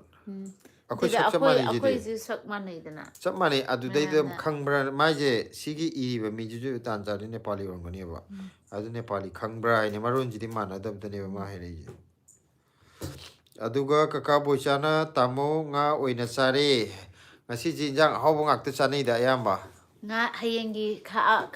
ꯈꯥꯛꯇꯕ꯭ꯔꯥ ꯉꯥꯔꯦꯟ ꯆꯥꯅꯕ ꯑꯩꯗꯤ ꯉꯥꯔꯦꯟ ꯆꯥꯕ ꯌꯥꯝ ꯄꯥꯝꯃꯤ ꯑꯩꯁꯨ ꯄꯥꯝꯃꯤ ꯑꯗꯨꯒ ꯆꯦꯁꯝ ꯅꯤꯁꯥꯔ ꯑꯍꯃꯠ ꯍꯥꯏꯕꯅꯦ ꯏꯌꯥꯝꯕ ꯃꯐꯝ ꯀꯥꯏꯗ ꯂꯩꯒꯦ ꯍꯥꯏ ꯃꯐꯝ ꯀꯥꯏꯗ ꯂꯩꯒꯦ ꯍꯥꯏꯁꯦ ꯑꯩꯈꯣꯏ ꯏꯅꯥꯎ ꯀꯩꯅꯣꯁꯦ ꯆꯦꯁꯝꯁꯦ ꯗꯦꯜꯂꯤꯗ ꯂꯩꯕ ꯑꯣꯏꯕ꯭ꯔꯥ ꯗꯦꯜꯂꯤꯗ ꯂꯩꯕ ꯑꯣꯏꯔꯒꯗꯤ ꯑꯩꯅ ꯍꯥꯏꯗꯣꯏꯁꯦ ꯂꯥꯏꯗꯣꯏꯅꯦ ꯀꯩꯅꯣꯅꯦ ꯑꯩ ꯍꯧꯖꯤꯛ ꯑꯥꯏ ꯑꯦꯟ ꯑꯦ ꯃꯥꯔꯀꯦꯠ ꯃꯅꯥꯛꯇ ꯂꯩꯌꯦ ꯗꯦꯜꯂꯤꯒꯤ ꯁꯤꯔꯥ ꯆꯦꯁꯝꯁꯦ ꯃꯅꯤꯄꯨꯔꯗ ꯂꯩꯕ ꯑꯣꯏꯗꯣꯏꯔꯥ ꯗꯦꯜꯂꯤꯗ ꯂꯩꯕ ꯑꯣꯏꯗꯣꯏꯔꯥ ꯅꯪꯁꯦ ꯀꯥꯏꯗꯒꯤ ꯐꯧꯅꯣ ꯑꯩꯈꯣꯏ ꯕꯤꯗ꯭ꯌꯥꯅꯟꯗꯒꯤ ꯌꯥꯎꯁꯪ ꯊꯣꯛꯂꯛꯀꯗ꯭ꯔꯣ ꯏꯕꯥꯏ ꯍꯥꯏ ꯌꯥꯎꯁꯪꯁꯤ ꯌꯦꯡꯒꯦ ꯊꯣꯛꯂꯛꯄ ꯌꯥꯔꯗꯤ ꯊꯣꯛꯂꯛꯀꯦ ꯑꯁꯦꯡꯕꯗꯤ ꯐꯤꯛꯁꯇꯤ ꯇꯧꯗ꯭ꯔꯤꯀꯣ ꯑꯗꯣ ꯌꯥꯔꯒꯗꯤ ꯊꯣꯛꯂꯛꯄ ꯌꯥꯔꯒꯗꯤ ꯌꯥꯎꯁꯪ ꯊꯣꯛꯂꯛꯀꯦ ꯊꯣꯛꯅꯤꯡꯉꯦ ꯀꯩꯒꯤꯅꯣ ꯈꯪꯕ꯭ꯔꯥ ꯊꯥꯕꯜ ꯆꯣꯡꯅꯕ ꯊꯥꯕꯜ ꯆꯣꯡꯅꯕ ꯑꯩ ꯊꯥꯕꯜ ꯆꯣꯡꯅꯤꯡꯉꯦ ꯀꯩꯅꯣꯅ ꯑꯩꯈꯣꯏ ꯕꯤꯗ꯭ꯌꯥꯅꯟꯗꯅ ꯊꯥꯕꯜ ꯆꯣꯡꯁꯤ ꯊꯣꯛꯂꯛꯑꯣ ꯍꯥꯏꯕꯗꯣ ꯂꯩꯀꯥꯏꯒꯤ ꯊꯥꯕꯜ ꯃꯆꯥ ꯑꯃ ꯂꯩꯕꯗꯣ ꯀꯔꯤꯅꯣ ꯍꯥꯏꯗꯥꯏꯅꯦ ꯃꯤꯅꯤ ꯊꯥꯕꯜ ꯃꯤꯅꯤ ꯊꯥꯕꯜ ꯃꯤꯅꯤ ꯊꯥꯕꯜ ꯑꯣꯏ ꯆꯣꯡꯒꯗ꯭ꯔꯥ ꯁꯥꯄꯝ ꯁꯣꯐꯤꯌꯥꯅ ꯕ꯭ꯂꯦꯁꯤꯒꯤ ꯕꯦꯒꯁꯨ ꯐꯨꯔꯤꯠꯁꯨ ꯌꯥꯝ ꯐꯖꯩꯌꯦ ꯑꯝꯇ ꯋꯥꯏꯒꯦꯀꯣ ꯍꯥꯏꯌꯦ ꯅꯪ ꯐꯨꯔꯤꯠꯇꯨꯁꯨ ꯌꯥꯝ ꯐꯖꯩꯌꯦ ꯑꯝꯇ ꯋꯥꯏꯖꯒꯦ ꯍꯥꯏꯁꯤꯗꯤ ꯑꯗꯨꯅꯦ ꯀꯩꯅꯣꯅ ꯍꯪꯉꯨ ꯂꯥꯎ ꯀꯩꯅꯣ ꯁꯤꯗ ꯁꯥꯐꯝ ꯁꯣꯐꯤꯌꯥ ꯅꯦꯅꯦ ꯑꯣꯏꯗꯣꯏꯔꯥ ꯅꯦꯅꯦ ꯆꯦꯆꯦ ꯑꯣꯏꯗꯣꯏꯔꯥ ꯆꯤꯆꯦ ꯑꯣꯏꯗꯣꯏꯔꯥ ꯈꯪꯗ꯭ꯔꯦ ꯀꯀꯥ ꯑꯣꯏꯔꯝꯒꯅꯤ ꯃꯥ ꯀꯀꯥꯗꯤ ꯅꯠꯇꯦ ꯀꯀꯥ ꯅꯠꯇꯦ ꯁꯣꯐꯤꯌꯥꯗꯕꯨ ꯀꯀꯥ ꯀꯃꯥꯏ ꯑꯣꯏꯗꯣꯏꯅꯣ ꯃꯥꯒꯤ ꯅꯨꯄꯥꯁꯨ ꯂꯩꯕ꯭ꯔꯥ ꯈꯪꯉꯣ ꯑꯗꯨꯗꯤ ꯀꯣꯟꯅ ꯍꯥꯏꯖꯔꯅꯤ ꯋꯥꯈꯜꯒꯤ ꯄꯨꯀꯩ ꯀꯀꯥꯅ ꯇꯥꯃꯣ ꯄꯣꯠ ꯑꯅꯧꯕꯗꯤ ꯑꯗꯨꯝ ꯂꯧꯅꯕ꯭ꯔꯣ ꯂꯧꯅꯔꯝꯒꯗꯕ ꯃꯥꯜꯂꯦ ꯍꯥꯏ ꯄꯣꯠ ꯑꯗꯨꯝ ꯑꯅꯧꯕꯁꯦ ꯄꯥꯄꯔ ꯂꯧꯋꯦꯀꯣ ꯃꯣꯏ ꯂꯧꯕꯗ ꯑꯗꯨꯒ ꯃꯔꯨ ꯃꯔꯥꯡꯗꯣ ꯑꯗꯨꯗꯤ ꯀꯣꯟꯅꯗ꯭ꯔꯦ ꯃꯔꯨ ꯃꯔꯥꯡꯗꯤ ꯑꯩꯈꯣꯏ ꯌꯨꯝꯗ ꯀꯣꯏꯔꯛꯄ ꯃꯌꯥꯝꯅ ꯑꯗꯨꯝ ꯂꯧꯈꯤꯕꯗ ꯌꯣꯟꯅꯤꯡꯉꯥꯏ ꯂꯩꯍꯧꯗ꯭ꯔꯦ ꯃꯔꯨ ꯉꯁꯤ ꯃꯔꯥꯡꯗꯨꯗꯤ ꯌꯥꯝ ꯐꯩꯌꯦꯕꯀꯣ ꯑꯩꯈꯣꯏꯅꯁꯨ ꯁꯤꯖꯤꯟꯅꯩꯌꯦ ꯑꯗꯨꯒ ꯑꯇꯩ ꯀꯩꯅꯣꯗꯤ ꯃꯁꯥꯂꯥꯗꯤ ꯑꯇꯩ ꯂꯣꯏ ꯐꯪꯅꯕꯅꯤꯅ ꯀꯥ ꯍꯦꯟꯅ ꯗꯤꯃꯥꯟ ꯂꯩꯇꯦꯀꯣ ꯀꯩꯅꯣ ꯄꯥꯐꯣꯔ ꯑꯗꯨꯝ ꯄꯥꯝꯅꯩ ꯎ ꯃꯣꯔꯣꯛ ꯑꯃꯅꯤ ꯂꯧꯋꯦ ꯑꯗꯨꯒ ꯕꯣꯔꯤ ꯑꯃ ꯑꯃꯔ ꯑꯅꯤꯔꯒ ꯂꯧꯈꯤ ꯃꯥꯅꯦꯀꯣ ꯕꯣꯔꯤ ꯂꯧꯗꯦ ꯂꯧꯗꯕ꯭ꯔꯥ ꯑꯥ ꯀꯩꯅꯣ ꯕꯣꯔꯤ ꯂꯧꯗꯦ ꯍꯔꯤꯕꯣꯞ ꯂꯧꯈꯤꯕ ꯍꯔꯤꯕꯣꯞꯀ ꯎ ꯍꯔꯤꯕꯣꯞ ꯂꯧꯈꯤꯕ ꯃꯣꯔꯣꯛꯀ ꯑꯗꯣ ꯁꯤ ꯃꯊꯪꯗ ꯑꯩꯈꯣꯏ ꯁꯨꯝ ꯆꯥꯡ ꯅꯥꯏꯅ ꯌꯣꯜꯂꯛꯑꯗꯤ mi yam adi ꯂꯧꯅꯔꯛꯀꯅꯤꯕ ꯍꯧꯖꯤꯛꯁꯦ ꯀꯩꯅꯣꯅꯦꯕ ꯂꯦꯞꯄꯨꯕꯒꯤ ꯉꯁꯤ ꯃꯤ ꯌꯥꯝ ꯀꯥꯏꯅ ꯌꯥꯝꯕ ꯑꯣꯏꯗꯦꯕ ꯍꯥꯏꯗꯤ ꯎꯃꯣꯔꯣꯛꯀꯨꯝꯕ ꯎꯃꯣꯔꯣꯛ ꯑꯀꯪꯕꯒꯨꯝꯕ ꯀꯩꯅꯣꯒꯨꯝꯕꯁꯤꯗꯤ ꯌꯨꯝꯗꯒꯤ ꯍꯩꯔꯤꯕꯣꯛꯀꯨꯝꯕꯁꯤꯗꯤ ꯀꯪꯍꯜꯂꯒ ꯄꯣꯔꯛꯄ ꯌꯥꯕꯅꯤꯅ ꯑꯃꯨꯛꯃꯨꯛ ꯆꯠꯄꯗ ꯃꯌꯥꯝ ꯃꯌꯥꯝ ꯄꯨꯔꯛꯅꯩꯗꯅ ꯑꯗꯨꯗꯨꯅ ꯃꯥꯗꯤ ꯁꯤꯠꯄꯗ ꯈꯔ ꯍꯥꯏꯗꯤ ꯗꯨꯀꯥꯟ ꯑꯣꯏꯅ ꯐꯝꯃꯒꯗꯤ ꯑꯗꯨꯝ ꯊꯝꯕ ꯀꯩꯁꯨ ꯀꯥꯏꯗꯕ ꯈꯔꯗꯤ ꯑꯩꯈꯣꯏꯅ ꯋꯥꯕ ꯅꯣꯡ ꯐꯥꯗꯣꯛꯀ ꯊꯣꯛꯄꯁꯤꯗꯗꯤ ꯃꯤꯗꯣ ꯌꯥꯝꯅ ꯂꯥꯛꯄ ꯃꯇꯝ ꯑꯣꯏꯔꯗꯤ ꯐꯩ ꯑꯗꯨ ꯌꯥꯝ ꯂꯥꯛꯄ ꯅꯠꯇ꯭ꯔꯒꯗꯤ ꯁꯤꯠꯄꯒꯤ ꯆꯥꯡꯗꯣ ꯋꯥꯠꯄ ꯍꯥꯏꯇꯥꯔꯦ ꯑꯩꯈꯣꯏ ꯕꯣꯏꯆꯥꯅ ꯍꯥꯏꯔꯤꯁꯦ ꯑꯗꯨꯒ ꯁꯦ ꯀꯩꯅꯣ ꯃꯥꯕꯣꯛ ꯃꯦꯝꯄꯤꯛꯀꯤ ꯂꯥꯛꯑꯦ ꯑꯩꯗꯣ ꯉꯁꯤ ꯂꯥꯛꯄ ꯉꯝꯈꯤꯗ꯭ꯔꯦ ꯍꯋꯥꯏꯖꯥꯔꯗꯨꯗꯤ ꯆꯥꯅꯤꯡꯕꯅꯦ ꯍꯥꯏꯔꯦ ꯑꯍꯨꯝ ꯂꯩꯔꯤꯌꯦ ꯏꯆꯦꯒꯤ ꯀꯔꯝ ꯀꯥꯟ ꯂꯥꯛꯀꯦ ꯍꯥꯏꯅꯣ ꯏꯆꯦ ꯍꯌꯦꯡ ꯐꯔꯛ ꯇꯥꯗ꯭ꯔꯒꯗꯤ ꯑꯗꯨꯝ ꯂꯥꯛꯄ ꯌꯥꯅꯤ ꯑꯗꯨ ꯑꯍꯨꯝ ꯂꯩꯔꯤ ꯏꯆꯦ ꯂꯥꯛꯀꯅꯤ ꯉꯁꯤ ꯂꯥꯛꯇ꯭ꯔꯦꯅ ꯉꯁꯤꯁꯦ ꯑꯌꯨꯛ ꯅꯥꯕꯒꯤ ꯑꯣꯏꯔꯝꯒꯅꯤ ꯀꯀꯥ ꯕꯣꯏꯆꯥꯅ ꯏꯇꯩꯃ ꯈꯛꯀ ꯀꯔꯤ ꯍꯥꯏꯕꯅꯣ ꯃꯤ ꯖꯒꯥ ꯀꯔꯤꯅꯣ 이때마 ꯅꯪ ꯀꯣꯏꯗꯣ 까까 하이 카라 하이 까리 하이 노마이요 ꯀꯥꯏꯗ 이때이ꯃꯅꯣ 시디 야우리디 그래 닉적점 멤피키 마카데 야우리자 인터뷰점 엠픽티 사이드 야우디 ꯅꯪꯒꯤ ꯅꯪꯅ ꯃꯈꯥꯗ ꯆꯤꯡꯊꯈ꯭ꯔꯦ ꯑꯩꯗꯤ ꯃꯊꯛꯇ ꯄꯥꯔꯤꯌꯦ ꯅꯠꯇꯦ ꯑꯩꯅ ꯆꯤꯡꯊꯕ ꯅꯠꯇꯦ ꯃꯇꯣꯟꯗ ꯕꯔ ꯕꯔ ꯀꯥꯈꯤꯕꯗꯣ ꯁꯤꯅ ꯃꯦꯝꯄꯤꯛꯀꯤ ꯂꯩꯔꯦ ꯏꯆꯦ ꯃꯦꯝꯄꯤꯛꯀꯤ ꯂꯩꯔꯦ ꯁꯤꯗ ꯌꯥꯎꯔꯛꯏꯁꯦ ꯀꯀꯥ ꯕꯣꯏꯆꯥꯒꯤ ꯍꯌꯦꯡꯒꯤ ꯈꯔ ꯍꯥꯏꯗꯣꯏꯅꯦ 이때마 까까 hꯌꯦꯡꯒꯤꯈꯔ ꯍꯥꯏꯔꯣ ꯃꯥꯏꯁꯤꯕꯣ ꯈꯪꯗꯦ ꯑꯩꯈꯣꯏ ꯕꯣꯏꯆꯥꯒꯤ ꯀꯃꯦꯟꯁꯦ ꯑꯩꯈꯣꯏꯅ ꯄꯥꯕꯗ ꯂꯧꯁꯟꯕ ꯍꯩꯇ꯭ꯔꯦ ꯄ꯭ꯔꯦꯝꯂꯇꯥꯅ ꯄ꯭ꯔꯦꯝꯂꯇꯥ ꯆꯪꯕꯤꯔꯛꯏꯁꯦ ꯁꯤꯂꯥ ꯍꯋꯥꯏꯖꯥꯔ ꯌꯥꯝ ꯁꯤꯠꯄ꯭ꯔꯣ ꯍꯥꯏ ꯍꯋꯥꯏꯖꯥꯔ ꯁꯤꯠꯂꯦ ꯑꯍꯨꯝꯗꯤ ꯍꯜꯂꯛꯑꯦ ꯍꯥꯏꯗꯤ ꯌꯥꯝꯅ ꯍꯦꯛꯇ ꯖꯣꯔꯣ ꯖꯣꯔꯣ ꯃꯤ ꯀꯣꯟꯅꯗꯗꯅꯒ ꯇꯧꯕꯗꯣ ꯑꯗꯨꯃꯛꯇꯤ ꯇꯧꯗ꯭ꯔꯦ ꯉꯁꯤ ꯅꯍꯥꯟꯈꯩ ꯂꯦꯞꯄꯨꯕꯅꯤꯅ ꯑꯃꯨꯛꯇ ꯍꯨꯞꯆꯟꯕꯗꯤ ꯑꯩꯈꯣꯏ ꯍꯨꯞꯆꯟꯗ꯭ꯔꯦ ꯄ꯭ꯔꯦꯝꯂꯇꯥꯁꯨ ꯗꯦꯜꯂꯤꯗ ꯂꯩꯔꯣ ꯑꯩꯈꯣꯏꯒꯤ ꯍꯋꯥꯏꯖꯥꯔ ꯀꯁꯇꯃꯔ ꯑꯣꯏꯅ ꯃꯦꯇꯥꯂꯤꯀꯥꯅ ꯊꯥꯕꯜ ꯆꯣꯡꯁꯦ ꯑꯁꯦꯡꯕꯩ ꯏꯗꯣꯝꯆꯥ ꯊꯣꯛꯑꯣ ꯉꯥꯏꯔꯝꯒꯦ ꯑꯩꯁꯨ ꯊꯣꯛꯂꯛꯑꯣ ꯉꯥꯏꯔꯝꯒꯦ ꯑꯩꯁꯨ ꯍꯥꯏ ꯊꯥꯕꯜ ꯃꯄꯤꯅꯤꯀꯣ ꯑꯩꯗꯤ ꯊꯥꯕꯜꯁꯦ ꯌꯥꯝꯅ ꯆꯣꯡꯅꯤꯡꯉꯦ ꯑꯗꯨ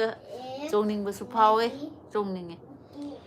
ꯁꯅꯥꯝꯆꯥ ꯍꯩꯀ꯭ꯔꯨꯖꯝꯅ ꯍꯥꯏ ꯍꯥꯏꯕꯤꯔꯛꯑꯦꯀꯣ ꯑꯗꯨꯒ ꯀꯀꯥ ꯋꯥꯈꯜꯒꯤ ꯄꯨꯀꯩꯅ ꯋꯥꯎ ꯃꯥꯏ ꯀ꯭ꯌꯨꯇꯤ ꯐꯨꯔꯤꯠ ꯌꯥꯝ ꯐꯖꯩꯌꯦ ꯍꯥꯏꯔꯦ ꯊꯣꯏꯊꯣꯏꯅ ꯐꯨꯔꯤꯠ ꯌꯥꯝ ꯐꯖꯩ ꯍꯥꯏꯔꯦ ꯀꯀꯥꯅ ꯀꯩꯅꯣꯝ ꯄꯥꯔꯤꯌꯦ ꯉꯁꯤꯗ ꯇꯧꯔꯒ ꯅꯪꯒꯤ ꯐꯨꯔꯤꯠꯁꯦ ꯌꯥꯝ ꯐꯖꯩ ꯍꯥꯏꯔꯛꯑꯦ ꯀꯀꯥꯅ ꯊꯦꯡꯛ ꯌꯨ ꯍꯥꯏꯒꯔꯣ ꯍꯧꯖꯤꯛꯀꯥꯟ ꯕ꯭ꯂꯦꯁꯤ ꯏꯪꯂꯤꯁ ꯌꯥꯝ ꯃꯌꯥꯝ ꯀꯟꯅ ꯃꯥꯅ ꯍꯧꯖꯤꯛ ꯏꯪꯂꯤꯁ ꯌꯥꯝ ꯀꯟꯅ ꯄꯥꯔꯤꯁꯦ ꯑꯁꯦꯡꯕ ꯆꯦꯁꯤꯗꯤ ꯕ꯭ꯂꯦꯡꯅꯤꯀꯣ ꯑꯣ ꯐꯣꯟꯂꯣ ꯑꯣ ꯃꯥꯒꯤ ꯀꯃꯦꯟ ꯄꯥꯔꯤꯕ ꯀꯃꯦꯟ ꯄꯥꯕ ꯅꯠꯇꯦ ꯀꯔꯤꯅꯣ ꯑꯩ ꯊꯕꯛꯇꯣ ꯑꯣꯏꯅ ꯀꯪꯗꯕ ꯍꯣꯏ ꯈꯪꯗꯦ ꯈꯪꯗꯦ ꯐꯣꯟꯅꯤ ꯁ꯭ꯇꯦꯟꯗꯤꯜꯅꯀꯣ ꯀꯀꯥ ꯕꯣꯏꯆꯥꯅ ꯅꯨꯡꯉꯥꯏꯌꯦ ꯂꯥꯏꯐꯁꯦ ꯅꯣꯡꯃꯒꯤ ꯈꯔ ꯈꯔ ꯁꯨꯝ ꯊꯥꯕꯤꯌꯣ ꯍꯥꯏꯕ ꯉꯁꯥꯏꯒꯤꯗꯣ ꯍꯌꯦꯡꯁꯨ ꯈꯔ ꯊꯥꯕ ꯍꯥꯏꯗꯤ ꯅꯣꯡꯃꯒꯤ ꯑꯗꯨꯝ ꯌꯥꯝꯗ꯭ꯔꯁꯨ ꯈꯔꯒꯗꯤ ꯑꯗꯨꯝ ꯊꯥꯕꯤꯌꯣꯅ ꯍꯥꯏꯕ ꯍꯟꯗꯛꯁꯦ ꯅꯣꯡ ꯅꯤꯅꯤꯗꯣ ꯊꯕꯛꯁꯨ ꯈꯔ ꯆꯤꯟꯈꯤꯕ ꯍꯥꯏꯗꯤ ꯃꯇꯝꯗꯣ ꯐꯪꯗꯕ ꯂꯥꯏꯚ ꯊꯥꯕꯒꯤ ꯑꯗꯨꯒꯤꯅꯦ ꯑꯩꯈꯣꯏꯅꯁꯨ ꯅꯨꯡꯉꯥꯏꯇꯦ ꯍꯥꯏꯗꯤ ꯂꯥꯏꯚ ꯀꯩꯅꯣ ꯍꯥꯏꯗꯤ ꯇꯧꯗꯕ ꯌꯥꯝꯗ꯭ꯔꯁꯨ ꯀꯨꯏꯗ꯭ꯔꯁꯨ ꯉꯥꯏꯍꯥꯛ ꯉꯥꯏꯍꯥꯛ ꯑꯗꯨꯝ ꯄꯨꯡꯈꯥꯏ ꯊꯥꯕꯅꯤꯅ ꯑꯃꯇ ꯑꯣꯏꯔꯁꯨ ꯑꯗꯨꯝ ꯊꯥꯒꯗꯧꯗꯣ ꯊꯕꯛꯇꯣ ꯌꯥꯈꯤꯗꯕ ꯍꯥꯏꯇꯥꯔꯦ ꯄ꯭ꯔꯦꯝꯂꯇꯥꯅ ꯀꯀꯥꯁꯦ ꯂꯣꯛ ꯊꯨꯡꯉꯕ꯭ꯔꯣ ꯍꯥꯏ ꯑꯗꯨꯅ ꯂꯣꯛ ꯊꯨꯡꯒꯦ ꯇꯧꯔꯦ ꯑꯩꯁꯦ ꯈꯔ ꯊꯨꯡꯒꯦ ꯇꯧꯔꯤꯅꯤ ꯊꯨꯡꯕꯒ ꯌꯥꯕ ꯅꯠꯇꯦ ꯍꯌꯦꯡ ꯅꯣꯡꯉꯥꯜꯂꯒ ꯐꯕ ꯑꯣꯏꯔꯖꯥꯅꯤ ꯃꯥ ꯂꯝꯍꯦꯜ ꯅꯣꯡꯃꯪꯈꯥ ꯍꯧꯔꯤꯕ ꯅꯣꯡꯃꯪꯈꯥ ꯃꯅꯥ ꯍꯦꯛꯑꯒ ꯏꯁꯇꯤꯝ ꯈꯔ ꯂꯧꯊꯣꯛ ꯈꯔ ꯊꯛꯆꯟ ꯇꯧꯔ ꯂꯣꯏꯔꯦ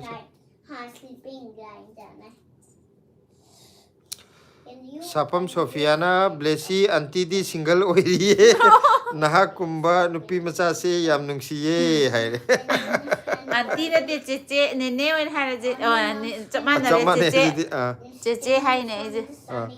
ꯑꯩꯈꯣꯏ ꯄ꯭ꯔꯦꯝꯂꯇꯥꯅ ꯁꯤꯂꯥ ꯗꯨꯀꯥꯟ ꯑꯣꯏꯅ ꯐꯝꯃꯁꯦ ꯍꯥꯏꯔꯦ ꯗꯨꯀꯥꯟꯗꯨꯅ ꯄ꯭ꯔꯦꯝꯂꯇꯥꯅ ꯑꯣꯏꯅ ꯂꯩꯕꯤꯔꯣ ꯐꯝꯕꯩ ꯁꯔꯨꯛꯅ ꯑꯩ ꯑꯣꯏꯔꯒꯦ ꯃꯄꯨꯅ ꯄ꯭ꯔꯦꯝꯂꯇꯥ ꯑꯣꯏꯍꯜꯂꯕ ꯑꯩꯈꯣꯏꯅ ꯀꯩꯅꯣ ꯇꯧꯕꯗꯣ ꯑꯗ ꯄꯣꯠ ꯆꯩ ꯊꯥꯗꯕꯤꯔꯛꯅꯕ ꯃꯤꯗꯤ ꯑꯃꯨꯛ ꯂꯩꯔꯦ ꯑꯩꯈꯣꯏ ꯗꯨꯀꯥꯟꯗꯨꯗ ꯍꯥꯞꯄꯤꯔꯛꯅꯕ ꯍꯧꯖꯤꯛ ꯗꯨꯀꯥꯟ ꯈꯛꯇ ꯉꯥꯏꯔꯦ ꯐꯝꯅꯕꯅ ꯑꯩ ꯂꯩꯔꯦ ꯋꯥꯈꯜꯒꯤ ꯄꯨꯀꯩꯅ ꯍꯋꯥꯏꯗꯤ ꯂꯣꯏꯅ ꯁꯤꯠꯄ꯭ꯔꯣ ꯄꯤꯁ ꯑꯍꯨꯝ ꯂꯦꯝꯃꯦ ꯄꯁꯥꯡ ꯁꯦꯔꯄꯥ ꯍꯥꯏꯕꯅꯦ ꯍꯥꯏ ꯑꯗꯨꯒ ꯃꯦꯇꯥꯂꯤꯀꯥꯅ ꯒꯨꯖꯔꯥꯠꯇ ꯍꯋꯥꯏꯖꯥꯔ ꯌꯣꯜꯂꯁꯤꯔ khangde aisu kaka idomcha mamingdi phajana chatnibu laisabi hawaijar yonbi haina ꯀꯩꯝ ꯈꯜꯂꯨꯅꯨ ꯍꯥꯏꯗꯤ ꯀꯩꯅꯣ ꯁꯤꯒꯤ ꯌꯣꯟꯕꯁꯤꯗ ꯏꯀꯥꯏꯅꯤꯡꯉꯥꯏ ꯀꯩꯁꯨ ꯂꯩꯇꯦ ꯑꯩꯁꯨ ꯑꯍꯥꯟꯕ ꯌꯥꯝ ꯏꯀꯥꯏꯔꯝꯃꯦ ꯑꯩꯈꯣꯏꯔꯣꯝꯒꯤ ꯃꯤ ꯂꯩꯔꯒꯗꯤ ꯀꯩꯁꯨ ꯀꯥꯏꯗꯦ ꯌꯣꯟꯕ Pathu haibiko your place haibne we are from Manipur but right now we are staying in Delhi Pasang Sherpa na hai haireko aduga Pathuna your child so cute hai thank you koi wakal gi pukai kakana aidi thabal chongba haite amuktang di henasu amutangde henasu chatti itei ma hai ma amkhak chong da ngai haba ado yare thaban khara chongo prem kaim khalno ko Delhi da la ni Delhi la ga ko yumthak thaban eta tok thara loire adi thaban chonga ga hita lang ba nati bu ko adi thaban chongba se sisu kano ne matang matam chana chongodi yam phaida thaban chongningi ne na megi matang matam chadana mafam matam naidana pangchong chongbu di phatte ado inauna sidaida Delhi da la akanda se akhoi gi akhoi yumthak ta hana chonggi yumthak thaban oina phajana adu de experience loi yum da mung chong dana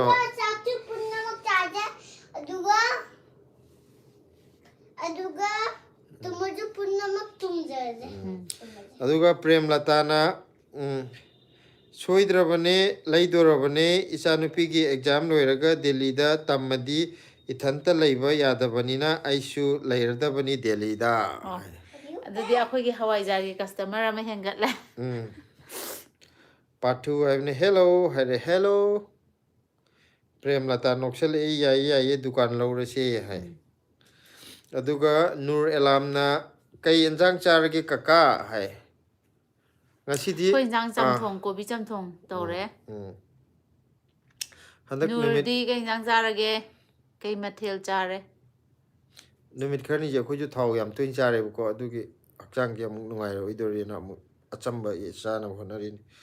metallica na Gujarat Manipuri yam lairi haurani aishu hai as Manipuri yam lairadi yare tan chap char ladra kang de da ayo ladra kang de da aduga nasina naw tawmna na kuman jana akhoi gi kaka boicha gi itema hawaijar kayam yonge ngasi ro hayone ngasi yole hawaijar packet kun go humdoi puthokpane ado ahum leme ado hana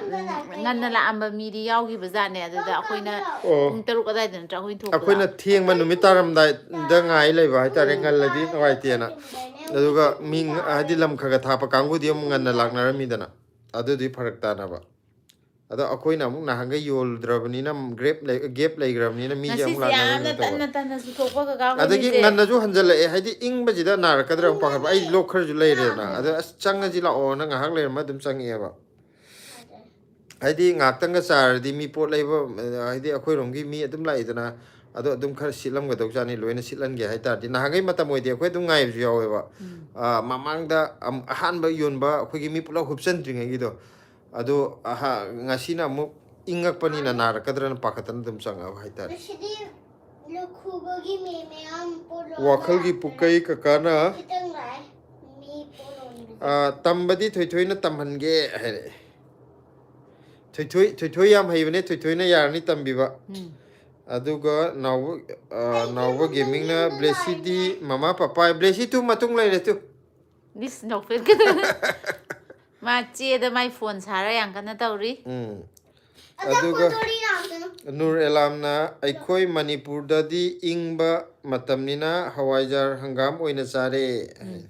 adudi hauni nawna mama chagem pombadi leitro hai chagem pombadi mar ta sai toina sa de akoi sonia ju change se hello blessy hai lapsu mayam pire machu gi se silagi hawai jar do amuktang test tok janingi da aido yum thora ka na tok dei ni ko kariya earpiece ꯀ ꯊꯤꯡꯖꯤꯜꯂ ꯑꯩꯒꯤꯁꯨ ꯁꯅꯥ ꯁꯥꯕꯤꯌꯨ ꯀꯥꯏꯖꯜꯂꯤ ꯁꯅꯥꯗ ꯍꯥꯏꯒꯗꯕꯅꯦ ꯕ꯭ꯂꯦꯁꯤ ꯅꯨꯄꯤꯁꯤꯗꯤ ꯁꯅꯥ ꯅꯄꯥ ꯍꯣꯏꯗꯤ ꯈꯪꯖꯄꯣꯟꯇꯦ ꯕ꯭ꯂꯦꯁꯤꯁꯦ ꯃꯃꯥꯅ ꯐꯖꯅ train ꯇꯧꯔꯦ ꯍꯥꯏꯇꯥꯔꯦ ꯅꯨꯄꯤꯁꯤꯗꯤ ꯁꯅꯥ ꯅꯨꯄꯤꯒꯤ ꯂꯩꯇꯦꯡꯗꯤ ꯁꯅꯥꯅꯤ blessy ꯑꯉꯥꯡꯒꯤꯅ ꯕ꯭ꯂꯦꯁꯤ ꯅꯨꯄꯤ ꯑꯣꯏꯔꯕꯅꯤꯅ ꯕ꯭ꯂꯦꯁꯤꯁꯨ ꯁꯅꯥ ꯄꯥꯝꯒꯗꯕ ꯑꯩꯈꯣꯏ ꯅꯥꯎꯕꯅ ꯃꯃꯥ ꯅꯪꯅ ꯆꯒꯦꯝ ꯄꯣꯝꯕ ꯁꯦꯝꯕꯗꯣ ꯌꯥꯝ ꯍꯥꯎꯗꯧ ꯃꯥꯜꯂꯦ ꯍꯥꯏꯕ ꯑꯩꯈꯣꯏ ꯅꯥꯎꯕꯒꯤ ꯃꯤꯡꯁꯦ ꯀꯥꯏꯗꯅꯣ ꯂꯩꯕꯗ ꯗꯦꯜꯂꯤꯗ ꯅꯠꯇ꯭ꯔꯣ ꯍꯪꯉꯣ ꯑꯩ ꯀꯥꯎꯔꯦ ꯀꯩꯅꯣ ꯑꯩꯈꯣꯏꯗꯤ ꯑꯣꯇꯣꯅꯠꯇ ꯑꯩꯈꯣꯏ ꯅꯥꯎꯕꯁꯦ ꯗꯦꯜꯂꯤꯗ ꯂꯩꯕ꯭ꯔꯥ ꯀꯩꯅꯣꯝ ꯇꯧꯗꯥꯏꯅꯦ ꯁꯦ ꯀꯩꯅꯣꯁꯨ ꯁꯔꯖꯨ ꯇꯦꯛꯆꯝꯁꯨ ꯆꯪꯕꯤꯔꯛꯑꯦ ꯀꯀꯥ ꯀꯔꯤ ꯃꯊꯦꯜ ꯆꯥꯔꯒꯦ ꯍꯥꯏ ꯉꯁꯤꯗꯤ ꯆꯝꯊꯣꯡ ꯆꯥꯔꯦ ꯀꯣꯕꯤ ꯆꯝꯊꯣꯡ ꯑꯗꯣ ꯑꯩꯈꯣꯏ ꯁꯔꯖꯨꯗꯤ ꯀꯔꯤ ꯃꯊꯦꯜ ꯆꯥꯕꯤꯔꯒꯦ ꯌꯥꯝ ꯑꯗꯨꯒ ꯋꯥꯈꯜꯒꯤ ꯄꯨꯀꯩꯅ ꯗꯦꯜꯂꯤꯁꯦ ꯁꯥꯕ ꯍꯧꯗ꯭ꯔꯤꯕꯣ ꯇꯥꯃꯣ ꯏꯪꯉꯤ ꯍꯧꯖꯤꯛꯇꯤ ꯏꯪꯉꯤꯀꯣ ꯏꯪꯕꯗ ꯆꯤꯛ ꯆꯤꯛ ꯂꯥꯎꯕꯗꯨꯗꯤ ꯐꯔꯦꯕꯀꯣ ꯑꯗꯨꯒ ꯏꯪꯕꯗꯣ ꯑꯗꯨꯗꯤ ꯏꯪꯉꯤ ꯑꯩ ꯍꯧꯖꯤꯛꯁꯦ ꯌꯥꯝ ꯅꯨꯡꯉꯥꯏꯔꯤ ꯍꯥꯏꯇꯥꯔꯦ ꯋꯦꯗꯔꯗꯤ ꯑꯗꯨꯒ ꯐꯦꯕꯋꯥꯔꯤꯐꯥꯎ ꯌꯥꯝ ꯅꯨꯡꯉꯥꯏꯔꯝꯅꯤ ꯃꯥꯔꯁꯇꯒꯤ ꯁꯥꯒꯠꯂꯛꯑꯅꯤ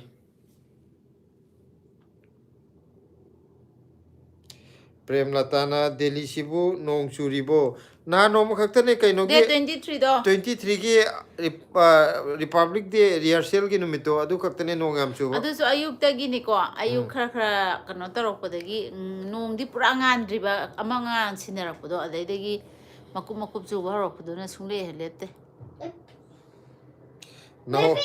ꯅꯥꯎꯕꯅ ꯕ꯭ꯂꯦꯁꯤ ꯅꯪ ꯂꯣꯜꯂꯤꯔꯣ ꯍꯥꯏꯔꯛꯑꯦꯀꯣ ꯃꯥ ꯀꯟꯅ ꯐꯣꯟꯗ ꯋꯥꯔꯤ ꯁꯥꯟꯅꯔꯤꯌꯦ ꯇꯨꯡꯗ ꯇꯔꯨꯅꯤ ꯃꯩꯁꯅꯥꯝ ꯀꯩ ꯌꯦꯟꯖꯥꯡ ꯆꯥꯒꯦ ꯃꯌꯥꯝ ꯍꯥꯏꯔꯛꯑꯦꯀꯣ ꯇꯔꯨꯅꯤꯅ ꯑꯩꯈꯣꯏꯗꯤ ꯀꯥꯡꯁꯣꯏ ꯆꯥꯔꯦ ꯑꯇꯩ ꯑꯇꯩ ꯃꯌꯥꯝꯁꯨ ꯍꯥꯏꯕꯤꯔꯛꯑꯣ ꯇꯔꯨꯅꯤꯒꯤꯗꯤ ꯀꯩ ꯌꯦꯟꯖꯥꯡ ꯆꯥꯕꯤꯕ ꯑꯩꯈꯣꯏ ꯅꯥꯎꯕꯁꯦ ꯆꯒꯦꯝ ꯄꯣꯝꯕ ꯌꯥꯝ ꯆꯥꯅꯤꯡꯉꯤ ꯆꯒꯦꯝ ꯄꯣꯝꯕ ꯌꯥꯝ ꯆꯥꯅꯤꯡꯉꯤ ꯍꯥꯏꯕꯅꯦ ꯃꯃꯥ ꯅꯥꯎꯕ ꯂꯩꯇꯦ ꯍꯥꯏ ꯑꯣ ꯗꯦꯜꯂꯤꯗ ꯂꯩꯇꯦ ꯍꯥꯏꯕ ꯃꯥꯁꯦ ꯑꯥ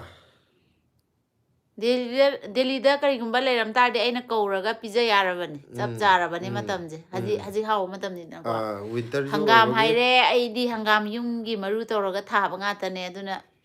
ꯃꯥꯅꯦ ꯗꯦꯜꯂꯤꯗ ꯂꯩꯕ ꯑꯣꯏꯇꯥꯔꯗꯤ ꯑꯩꯈꯣꯏ ꯁꯤꯗ ꯆꯥꯃꯤꯟꯅꯕ ꯌꯥꯔꯕꯅꯦ ꯆꯒꯦꯝ ꯄꯣꯝꯕꯗꯣ ꯍꯥꯏꯗꯤ ꯍꯋꯥꯏꯖꯥꯔ ꯑꯩꯈꯣꯏ ꯏꯁꯥꯒꯤ ꯂꯩꯖꯔꯦ ꯃꯅꯥ ꯃꯁꯤꯡ ꯍꯥꯞꯅꯕ ꯑꯩꯈꯣꯏꯗ ꯂꯣꯏ ꯂꯩꯔꯦ ꯑꯗꯨꯅ ꯍꯥꯎꯅ ꯆꯥꯔꯝꯕ ꯌꯥꯕꯅꯤ ꯊꯣꯏꯊꯣꯏ ꯇꯠꯂꯥꯡꯅ ꯇꯔꯨꯅꯤ ꯃꯩꯁꯅꯥꯝꯅ ꯆꯦ ꯇꯔꯨꯅꯤꯅ ꯕ꯭ꯂꯦꯁꯤ ꯅꯪ ꯌꯥꯝꯅ ꯇꯔꯨꯅꯤꯁꯦ ꯅꯨꯡꯁꯤꯌꯦ ꯑꯩꯈꯣꯏ ꯍꯥꯏꯔꯤꯌꯦ ꯀꯩꯅꯣ ꯅꯠꯇ꯭ꯔꯣ ꯀꯩꯅꯣꯒꯤ ꯀꯔꯤꯕ ꯇꯥꯏꯅꯦ ꯀꯩꯅꯣ ꯁꯣꯐꯤꯌꯥ ꯍꯥꯏꯕ꯭ꯔꯣ ꯅꯣꯏ ꯅꯃꯥꯟꯅꯕꯒꯤ ꯃꯅꯥꯎꯅꯨꯄꯤꯗꯣ ꯅꯠꯇꯦ ꯁꯤꯒꯤ ꯇꯔꯨꯅꯤꯁꯤꯅ ꯑꯃꯔꯥ ꯃꯥꯏ ꯃꯆꯥꯅꯨꯄꯤꯗ ꯇꯔꯨꯅꯤ ꯀꯧꯕꯗꯣ ꯆꯦ ꯇꯔꯨꯅꯤꯅꯅꯦ ꯕ꯭ꯂꯦꯁꯤꯁꯦ ꯌꯥꯝꯅ ꯅꯨꯡꯁꯤ ꯍꯥꯏꯔꯛꯑꯦ ꯍꯥꯏꯌꯦ ꯊꯦꯡꯀ꯭ꯌꯨ ꯍꯥꯏꯈ꯭ꯔꯣ ꯑꯩꯈꯣꯏꯗ ꯂꯥꯛꯇ꯭ꯔꯤ ꯆꯦ ꯊꯦꯡꯀ꯭ꯌꯨ ꯍꯥꯏꯌꯣ ꯊꯦꯡꯀ꯭ꯌꯨ ꯆꯦꯆꯦ ꯂꯥꯛꯇꯕꯒꯤ ꯑꯩ ꯁꯥꯎꯔꯦ ꯑꯁ ꯑꯩꯈꯣꯏ ꯑꯝꯗ ꯂꯥꯛꯇꯕꯒꯤ ꯑꯩ ꯌꯥꯝ ꯁꯥꯎꯔꯦ ꯀꯅꯥꯅ ꯃꯥ ꯂꯥꯛꯇꯦ ꯑꯩꯅ ꯑꯩꯈꯣꯏꯗ ꯆꯦꯆꯦ ꯇꯔꯨꯅꯤꯁꯤꯅ ꯑꯃꯨꯛ ꯂꯥꯛꯈ꯭ꯔꯕꯌꯦ ꯑꯩꯅ ꯂꯥꯛꯇ꯭ꯔꯤ ꯍꯥꯏꯕ ꯑꯩꯈꯣꯏ ꯌꯨꯝꯗ ꯂꯥꯛꯇꯕꯩ ꯃꯥ ꯌꯥꯝ ꯁꯥꯎꯔꯦ ꯕ꯭ꯂꯦꯁꯤꯗꯤ ꯃꯥ ꯃꯌꯨꯝꯗꯗꯅꯦ ꯀꯧꯅꯤꯡꯉꯤꯁꯦ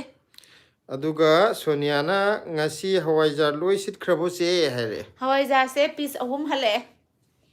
ꯄꯤꯁ 3 ꯍꯜꯂꯛꯏꯁꯦ ꯑꯩꯈꯣꯏꯅ ꯄꯨꯡ 7 ꯈꯤꯇꯪ ꯃꯝꯂꯤꯗ ꯊꯣꯛꯄ ꯑꯗꯨꯏ ꯃꯃꯥꯡꯗ ꯃꯤ ꯂꯥꯛꯑꯝꯕꯖꯥꯠꯅꯦ ꯃꯦꯁꯦꯖ ꯊꯥꯔ ꯂꯩꯔꯝꯃꯦ ꯉꯁꯤ ꯊꯣꯛꯇꯕ꯭ꯔꯥꯅ ꯑꯗꯨꯒ ꯇꯧꯔꯗꯤ ꯍꯟꯖꯜꯂꯛꯑꯣꯏꯗꯕꯖꯥꯠꯅꯤ ꯃꯦꯇꯥꯂꯤꯀꯥꯅ ꯍꯋꯥꯏꯖꯥꯔꯗꯣ ꯄꯣꯝꯕꯅ ꯑꯃꯨꯛꯇꯪ ꯇ꯭ꯔꯥꯏ ꯇꯧꯔ ꯀꯔꯤ ꯍꯥꯏꯅꯣ ꯍꯋꯥꯏꯖꯥꯔꯗꯣ ꯄꯣꯝꯄꯥꯅꯣꯒ ꯍꯥꯏꯁꯦ ꯀꯩꯅꯣ ꯑꯃꯨꯛꯇꯪ ꯇ꯭ꯔꯥꯏ ꯇꯧꯔꯦ ꯌꯦꯡꯉꯣ ꯀꯀꯥ ꯏꯗꯣꯝꯆꯥ ꯌꯥꯝ ꯍꯥꯎꯕꯅꯦ ꯀꯩ ꯍꯥꯏꯅꯣ ꯄꯣꯝꯄꯥꯅꯣ ꯍꯥꯏꯁꯦ ꯀꯩꯅꯣ ꯑꯃꯨꯛꯇꯪ ꯇ꯭ꯔꯥꯏ ꯇꯧꯔꯒ ꯄꯣꯝꯄꯥꯅꯣꯒ ꯑꯝꯇꯪ ꯌꯦꯡꯉꯣ ꯇ꯭ꯔꯥꯏ ꯇꯧ ꯄꯣꯝꯄꯥꯅꯣ ꯍꯥꯏꯁꯦ ꯀꯩ ꯄꯣꯠꯅꯣ ꯄꯣꯝꯄꯥꯅꯣꯒ ꯇ꯭ꯔꯥꯏ ꯇꯧꯔ ꯌꯦꯡꯉꯣ ꯍꯥꯏꯁꯦ ꯄꯣꯝꯄꯥꯅꯣ ꯍꯥꯏꯁꯦ ꯀꯩꯅꯣ ꯑꯩꯗꯤ ꯈꯪꯗꯦ ꯑꯩꯈꯣꯏꯒꯤ ꯅꯥꯎꯕꯅ ꯑꯩꯈꯣꯏꯗꯤ ꯃꯃꯥꯁꯨ ꯅꯨꯡꯁꯤ ꯄꯄꯥꯁꯨ ꯅꯨꯡꯁꯤ ꯕ꯭ꯂꯦꯁꯤꯁꯨ ꯅꯨꯡꯁꯤ ꯍꯥꯏꯕꯅꯦꯕꯀꯣ ꯊꯦꯡꯀ꯭ꯌꯨ ꯑꯩꯈꯣꯏ ꯅꯥꯎꯕꯁꯨ ꯊꯦꯡꯀ꯭ꯌꯨ ꯅꯨꯡꯁꯤꯀꯣ ꯑꯗꯨꯒ ꯇꯔꯨꯅꯤꯅ ꯗꯗꯥ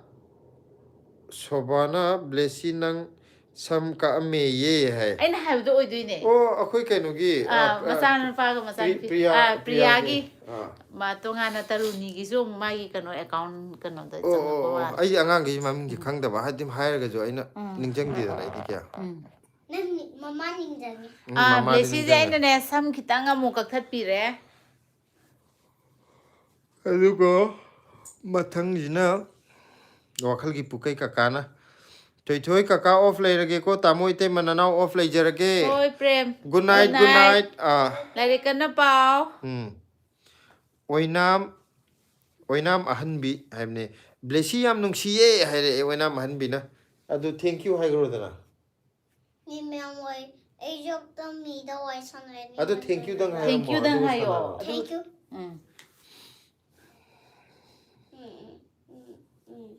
aduga akoi nawbana mama aisu lakani nongma hai lao akoi sidaida pulaga chathaje chagem po maju chathaje atopa injang ahaw ju chathaje Cháu khi chú trả rẻ. chao khe taruni masnamna cheche taruni gi phone blessy ne priya ne aikoi yengliye haba okay aina taruni haibsida adum aina khang haidi khangaba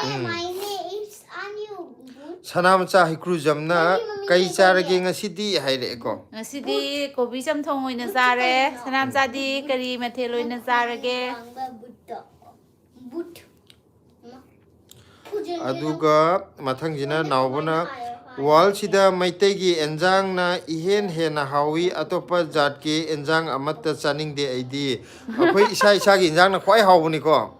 atopa je sum try tawbai wani nungti gi chardi ka su chaning akhoi gi enjang di dum try tawru su chaning de atopa gi enjang de khoi ka ka di adum yada yagadaba mine idea loiba set Khoi kobi kafe. taruni masnamna cheche taruni se ne priya gi masane cheche na paiba phone magi class tawiri school gi hai au khange aina adum taruni haibsida akhoi priya gi majanupi do taruni kogibni ko na akhoi ka na kya khangdaba made akhoi gi kira na nga ne haire ko hauni nga di indamda sida nga thongba khayam cha hauji akhoi gi kaka bucha na tamo comment kan khre hai ai comment kare de kan gerge akhoi kaka bucha ge wakal gi pukai taruni maisna metallica sonia tarun mete maisna premlata thia comment je mayam ne ta kan gre hai re adu ai sida di thokte ba kaka bucha gi itei ma hawaijar kayam yonge ngasi ro hai sidi ngasai pa gi bane sigi matung da amte yaugde kaka bucha gi aidi mamang da jo atopana akhoi di thagi haraga sida uttabu ju yawe kamai te no khangde ado hojik marak sida atopa ju yaugde ba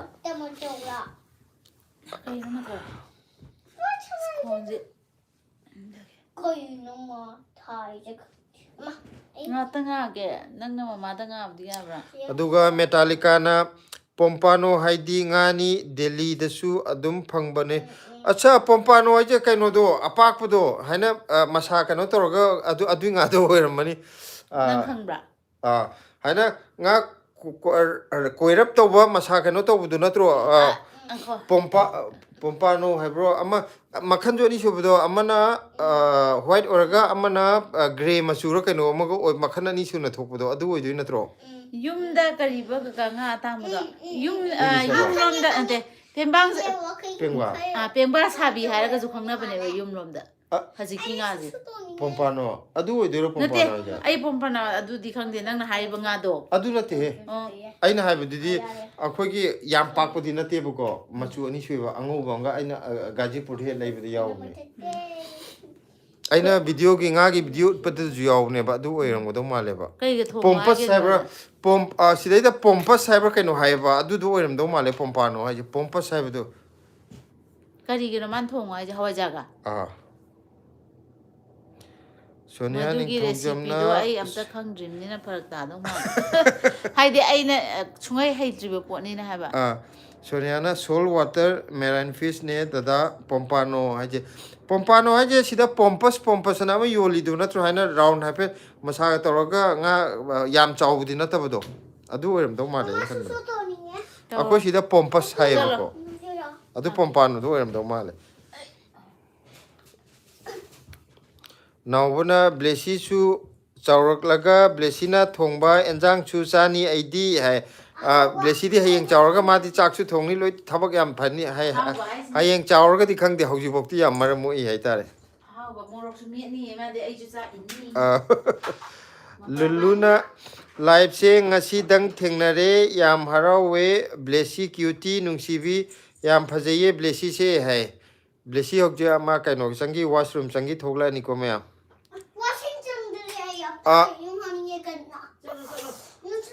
nang hana chalo angang je ngai le ga sila nang na du tole nang matang cha da bai do bino soibam na matam kuirabgi matungda na haire ko du ko lap mayam je pibi thank you aduga nawbana hoi papa nungsiba haire ko taruni maisnam na blessy se sam kakpa se hanagine hena phajai haye dada sobana su kaigi ka ino samdo sanam chai kru jamna nga thong bachaye ngasi je ayam mane jang hawb ngakta haina re nga saida gi haina ko me amje aduga kainona nawbona mama isu saning de mama ga iga chap mane ko hai chap mane kaino ju sila ju atopa lamgi jang amta chaw ya de ma panda lei ne tori je ko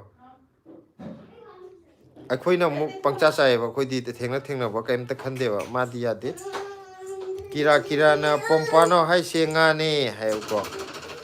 aduga taruni maisnam na inamma se ngasidi yamna nungsiye nokpe tawe adumaina adum tawo hai mane mai je ko atay imtana te nanamma je ngasi pocha yoluramni na ma ki paisa khara phange dana adugi ne ma nokpet tawri da nangna kaya khara yam piradi ai kamai tawni nang nasana khallo adu khara yam piradi haraw mandana wanda gardi paraktani pidri ni akhoi sarju tekcham na aikhoi idomcha ama lei phumlauda laikai di khangde aikhoi kakana lowne hayo ko khango pe yumna yumna ka minga haifet khangmri yengjine haifet hairo ne laikai do tongala maga budi khangwe adu kana khangne akhoi manakta ko oiler made nawbuna papa kai honari ge hai objecte dum panglai de leiri atai di 30k matung de loi haidor ani ko nawbuna blessy di khumaktre hai ko aduga sopen sing chinga kham subscribe to wa ngasi da thina ba mi yar subscribe to biyo Delhi da kari job tawbi bage hai mayam atai di akhoina pot thabaga pot jon baga dang utpani ko atopa thabak tawbududi hayeng aikoina akoigi kaino je channel je 30k yobaga akoida mayam da reveal tawjage haidokjage na haige bane hojik 26k di ore 30 yowdobo kuidre 30 het yobaga mayam da haidokjarage adu bok tangai biyo waru bibe yade ado akoi channel jida hojik live changbi rei jida anobo yauragadi subscribe tawbidaba yauragadi mathakta thariba blessy nong na thabduda namjalaga subscribe tawbiramo tarunina blessy se yamna singni se karigino inamma lawba maliko hai silat tabra mane sila lawuni na ma khara kak law nang sokke cha phate habdo hayeng morning cha ga daw maram mo ni made hayeng cha de nangi ngata ne manung na hapto na maram Mama hapchula hai di hapchule. very good Sudip Sun hai nogle Sudip Sun je bino soibam na aisu youtuber amane habako o bino soibam gi di kari oina laibi bano channel maming je akoina subscribe tawgraba tawdriba kaigumba akoina tawdabo di akoju tawjarake maming do haibiro bino soibam na dum hangbibra taruni maisnam na ngasi di bobokna uningi haibo uba phangjare bobok se ne priya tusinbai khong sokpa adui la ine o priya ni ma ho taruni maisnam ngasi di bobokna uningi haibo uba phangjare bobok se ne priya tusinbai khong sokpa adui la ine ako priya je makhong sue hai mane kadai da se bobok na blessy unare yam nungai re haje bobok ta ju bobok thank you hairo Thank you. kaino priya kaino ta we haje tu sale haje makhong ke am so ge Kamai Torino, ah. Kanadano phone the Kanadu, Kanana Kanahorino. Phone the Skaino, Haijika, Manako, Tabo. Yes. She tried a longy. Yes. She better. Saure. She putting it. Bino Sebumna, Dirot boy, Hebor Manico. See, I can not okay, subscribe to okay. Now, I want to subscribe, comment, like to video, please, mayam. Akwai nauba gaming gi jo magi di kaino je dum channel maming ju smile ram do male nauba gaming jo ina ado mayam kaino to biro changbi raga akwai ichanu pa ji gi haitare ko angang ji gi ju mayam support to biyo aduga sarju tekchamna manglembi ko we idom chado mathanda pokpani Christian dharma chatpani hanadi haujikti chatpra chatabra khangde yumnakti khangdre Manglembi or that equally guided in a Christian Pumlo room door money. Pumlo room door, Domale, a quickie than a Pumlo ship hine, the Manglembico would delay.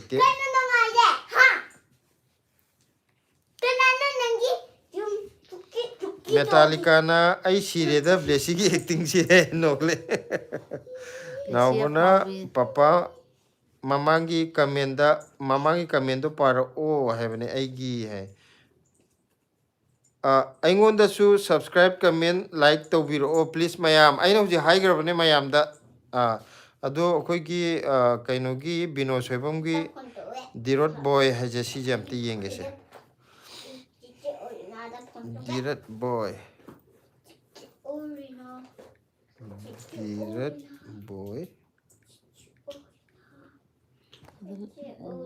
Sina pair into for the Silere. Direct boy Bino Sebum Yauri. Oh, yeah. Sile quite subscribe to a gecko.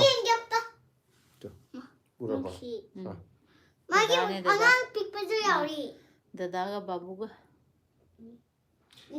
Subscribe to Rabone, bell icon Junam Gray, Yang Badicona, like Color, got up the Yang a gecko, other subscribe to Toxin Grabone. Aduga akwai nauba gaming gi video ju la kaino ju channel ju la kese nauba gaming nu shibi Dada magi ngang babu ju yawe Dada gi de babu lete aina sai no be sort to nauba gaming gi na sida leire mai video am tiaw to bra ha mai de video am ta ta ma da ma kak thagale 3k yauraga amadi lai ko yare ma tho sida ule tu atopa ju ule yaure tu no bugira aino jik chang mu da sida na amka ule kamante no one video hak to iba sida atopa channel or mane mo adudi amuk akoigi comment pathokpai makha chatharaji ko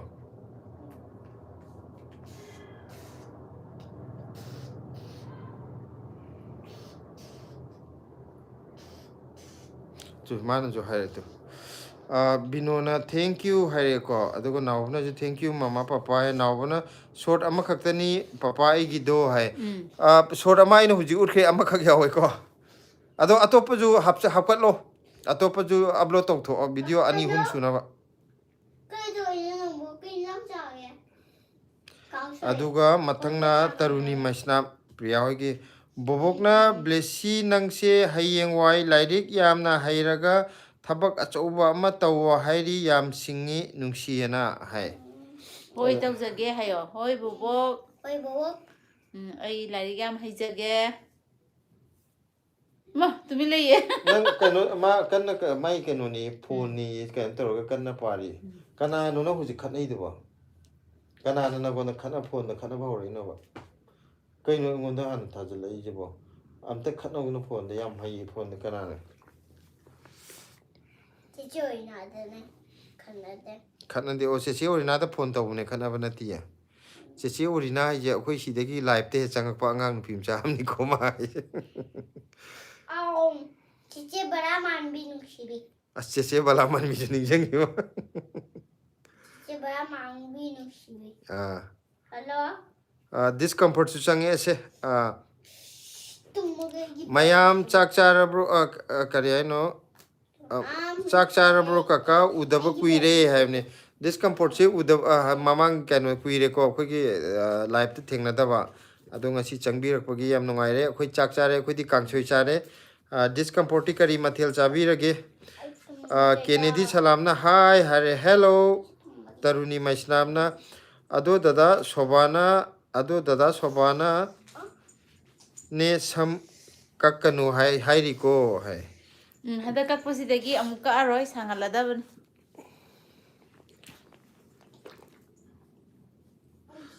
Kainona bino soibamna bro ai thok lage hai. Okay, good night. Yai phabo huidrom change. Khangbra. Khangde. As akoi phi saba kaino. As yai phabo nangi nahan aidi siladi my Facebook te changmani na nangi yam khange buko. Ado asita sengna haidi aidi khangde ba. Ado mamang da budi live ta thengna gi bide khange dana ijo sumaina lei khole na silana leiga chilla tawe na habdo. Ado nahan silana video amani yengale adu dagi di nangi video mayam ne aina series te yengdari je maram yamo e ai naw je di phi saba khak honavale pe ade. phi saba khakta na ta bide hingon gi posai ga thadana mayam tawudo. Sumain taw se am pamjai. Aina yamna nungsibo haitare haidi sumaini yungi kaino tawba akhoi rom da di yam leidana Manipur da sumna thabak ne na low sing kitang suraga atai matam dana atam thabak sung su da wathi tum ngang lebudo aida sumaina hingon gi posai ga koi dana ahang ma matam ta lehenda video hona bje sigum bje am nungsiba ina jo ado inaw na do maina yam kan hona ram je yam nungai kai gumba ko ji yum thogla di tanja chaba ma di inaw gi da mutang la ke khali khoi Phi leiba lak doine ai.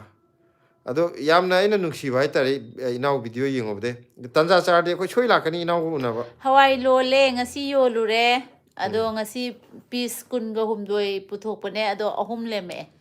Acha blessy hawai londra bo habje nawbona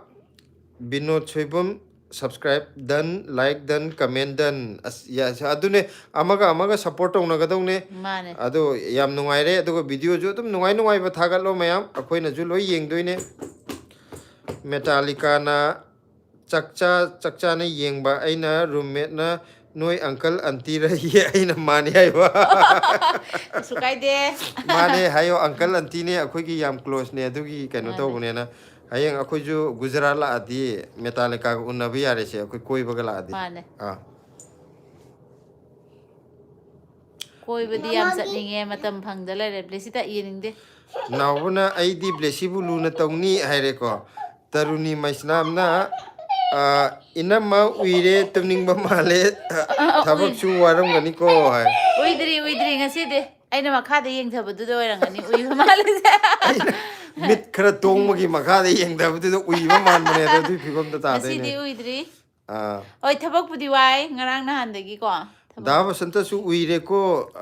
ngantana kuigino aigina mit khara khuwa adugi Jokolonje. ngakta ngako wari sanagi je tu Kiranske. nang phone wari chok nang karan ta sale ta Talla edi oning.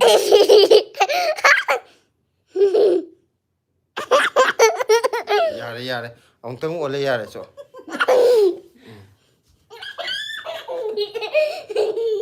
yare ko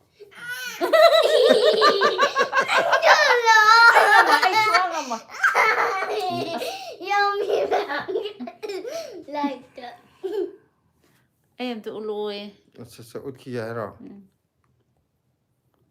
karam bano Amuk tang ula asmana kan matai makui jom Sija. bana. Ante dah. sija se No, zora. Kami malah. tumning waga phawring je mayam je Ya, Yare ay, ko, nadiki ba miyaw ba mangha na maro mai dikigan baga. mazu Yare na mung sana ro. Sanagi sana. Ke bed negi. nawuna mama papa blessy ai tum lage ko hai tumo good night Good night now ba. aduga blessy dada tum lage ko hai good night tarunina inamaga dadaga se machal nupi amuk man kre hai dadagi poksina hai masa nupi hai dero machal nupi hai ba mane kanone ai angang chumon thora am kharle di angang samala ni yai phabo huidrom na thank you kaka thabaki wadi thabakna nalle hai adune thabak asidi loiba nai ponte ko Mane. aduga punsigi ngamdrakanda haidi ana yawbudu dadi ka sukaide thabak suba ye akoina potlum ne na laudaba aigi aduda haidi isana pamjara tawragadi matamju afabada ju lele adu yam thina phai yam nungsi inawgi kaino yengobadagi video yengobadagi haitare Ai yum thola di sukoi sodana laktoi ni. priya nongmai themna aidi blessy nungsi haire ko Desi nang nusi haire. blessy nungsi haire my back oina sena leire Anita Mangangcha isi ai khangbro Facebook ki Anita Sanu Khange. Sograkpam duni ya segi live ta thaba khuding yengi aishu hai Oh, khange. Aina nahandagi aisu khaline nangna haidi aigi Facebook da comment pirakda ngasi di live tharoidra adu toroidra blessy gi live oini yengage adu torage kaina ga haibado khange nangi picture sida su nangi profile orise. Thank you yengbi bagi yam nungai ko Ai di wa haibda thank you haibse ta kawi ko. Sarju Tekchamna chahi ke yam kuirage Delhi da laiba kaka hoise hai akhoi je hojik laibadi chahi ahum khara hele ko hana mamang da budi aidi chahi 35 mukhi mamang da di yam kuin lairame adu na tabada hojik amuk pulap akhoi leimina bajina chahi ahum khara hele yaifaba huidromna thagatchari nanauna honajaba kharada iyamba ichena nungsibana henduna thagwangna thagatpiba masina thauna oirage leptana honaba ngamba oijage aikoi punna yaifaminarase haina yaifaminarase nada yektana nungaina layo baba hoju nungai kaino tokdana ana yek yaudana layo imadi laitro kam tokda yaifamija Nan kano tawda laitraba ma. Taruni Maisnamna Tungdai se nokninge blessy se yam haraujana laye wakal se icham chamjaye hai Desi na wakhal chambra ma hip kare. masu Ma magi tawning masu magi sangsaram ni komaya aduga discomfort na blessy na karan tabasina ikoi chu nungai je se blessy ki karan jina aduga premi yumkhai bamna maje kari ina ji mayam thare ko ado mayam audi amuk marakta e muk lok thokche ki ko khoi hujik chang live changbi reiba mayam je ano boina changbi rakpa subscribe to vidri ba yaurga di mathakta blessy nong na thari je sidai da changbi raga subscribe to biramo taruni maisnam na khu se kuina phamba ngamdriye inama potharage ko hai Oh, potharo good night. Yam thuna na ba pharo. yai khoi yai phabana lao che blessy gi maitai yen asengba laba phajaba ama thanamage Adu di yam thuna thorak pa tare khoi maitei yen laba phajaba longnaba. as kainogi yai phabai manak chatladi siladi handau mande ma Akhoi ka paisa khara ti erani. numito ai wallet pudana lakani Kana ne nangi maitei yen laba phajaba ampi ni. adu nang kaka कौन सा colour As black hoga. red chahiye ya black chahiye नमठी Ma. Black नमठी adu di red angang ma phajaba yen hen no adu nang kaka gi kai pubi de no काका गिना nga Nga pu ni. nga ama na thonga ama yellow iba Athong boy pu doi ba. oh thonga yellow oido Athong ba nga thong boy porakani ye blessy na nangi. aduga oinam ahanbi blessy tumning dribo haire blessy tumning dribo hange Nang ama kali ne kay gino nang kali se. taruni gira hoine nang na hairaga khangim ni bolin ni se kan bloga kano ni bolin dai ni ꯀꯥꯏꯗꯤ ꯂꯧꯔꯛꯇꯣꯏꯅꯣ Kayım yaw pote makutagi hapatayrini. Boro plus ni ko mana borolin haje. Mama machin kayno dagine. nang battery Mama machin dagine. ho Hore ngale ga taw. Taruni masnamna imasu angangju tumge ye moi thabak mayam sina ware ye hai. Pothalo imau jo adi huji pungjo ayo mapan makayum dadi thenge ko. Akhoi sidabu adum hamu oi bewane ado pothalo anjing ju good night angang ju pothalo.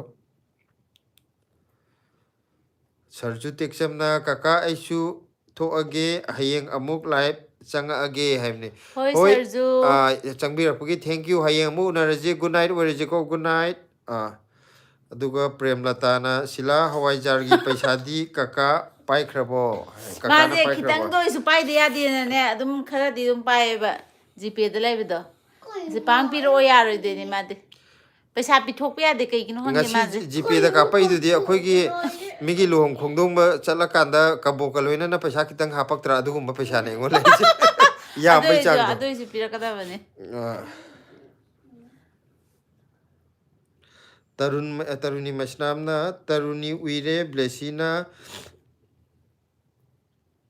ne priya su ware bafamba ngamdre ko haibne good night priya no mathangda ai mu potharo unasiko haire ko aduga akhoi yaifabana babasu kidney animak fail oiraga dialysis tawraga leye aduna thabak warasu lepe yadaba mane ai nang kaino taweda dosa taine adi kidney animak yadra dialysis tawe dialysis adudi hafta da tawbra kamai tawdi adudi no gidi hafta amda anirak ahumlak tawdaba yarmaroi animak bera lerdi kainogumba donor gumba di phangdrabo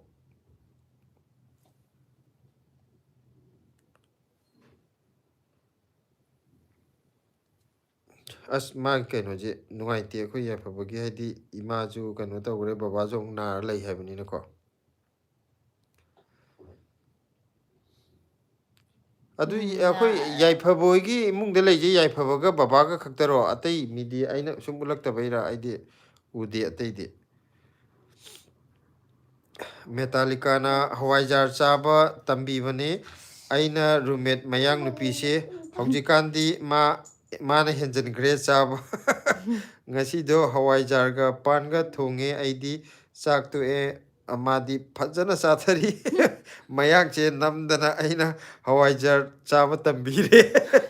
adune moi chu chaba hina gardi phaja chabne moina sum thaina degi charak tabagi ahamada kitang ot oina lowe wane bako ado akhoi yumgi enjang jingje laibena irombaga phajan chathaba mi laibeni ko moina kaino tawje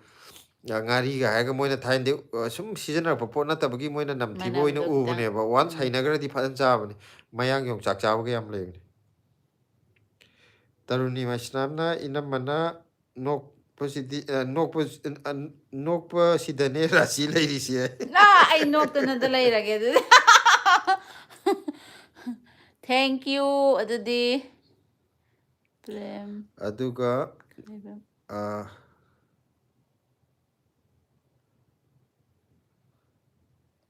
premi ne premi yung khaibamna blessy nongji yamna nungsiye haibo mane maje blessy nang nungsi ye kay haidino aduga himat saikhomna wallet darkar oidre ko sir hai mane phone jo gp yaw da bam phor ka doine akhoi keypad ama aduga kainogi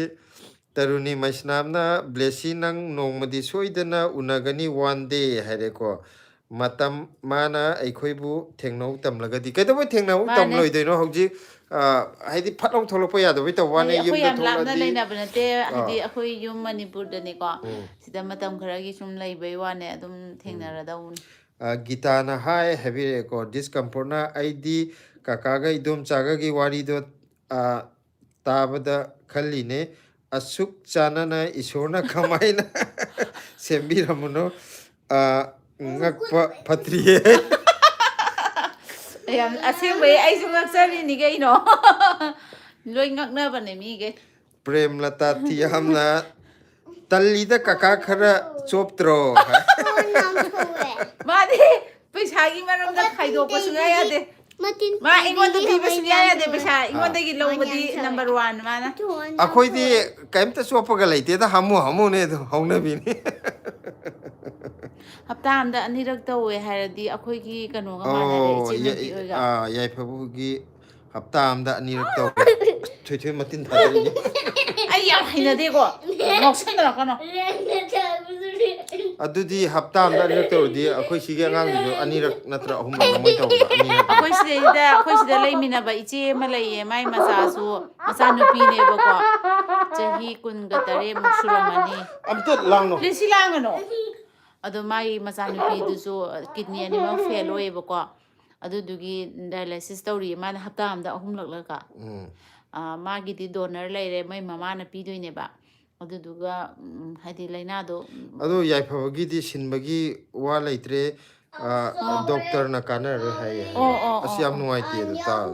अदुदि युमदा लैरिरा बाबासे hospital दा लैरिरा अदु hospital दा लैरमनी को अदुदि युमदा लैरा dialysis तौबजु ओरमनी अस्काय hospital दा माइ मतम खरगी नतन पुरा बुजे अदुम नुक्तिगी लैरदि कदाइदि charge पिंगमदैनो हाइदि dialysis क तौबदि युमदा लैरगा तौबा यारनी नुवाइते बाबा अखोइनी इचे अहनगा इबाई होय अंगांखै युम थंगनना लैये हैबो ओके ओके अस अदुदि याम फरे हाइदि खितंग नाक्सनबगी अते अते नत्रजु होहा होहा तौबदा मयाम मयाम चंगदना अखोइगी हॉस्पिटल दबु चपु बोरम खितंग मतेंग अदुमाइन तौरिदो फरे हाइदि सुमाइना बजे हे कनो तौदो इसादि हेते कनोम तौवान अदो हौजिक होय वादी वारमगनी इनाउजे मयाम पुनबो होनबदा अदो ईश्वरनजु सिगी मयामदि उरगा हयेंग आई इनाउगी जु मतमबुदि लाखिनिदा नुंगाइना लैबगी हाइदि कनो तौबनिना पुंसी चुपा अदुम कनो तौरगा लैयो हाइदु यापोंते नुंगाइबा मतमजु लाखिनी अदो नुंगदि याम नुंगाइते हाइदि इनाउना सोंदा वारमगदो मयामगी लोइनबो होनबदा को गीताना हाय हायरेको डिस्कम्फोर्टना याइफबगी अवाबा थुना फबा ओइरसनु ताबदा नुंगाइतबा फावे अदुनि ताबदा याम नुंगाइते अखोइ सिदजु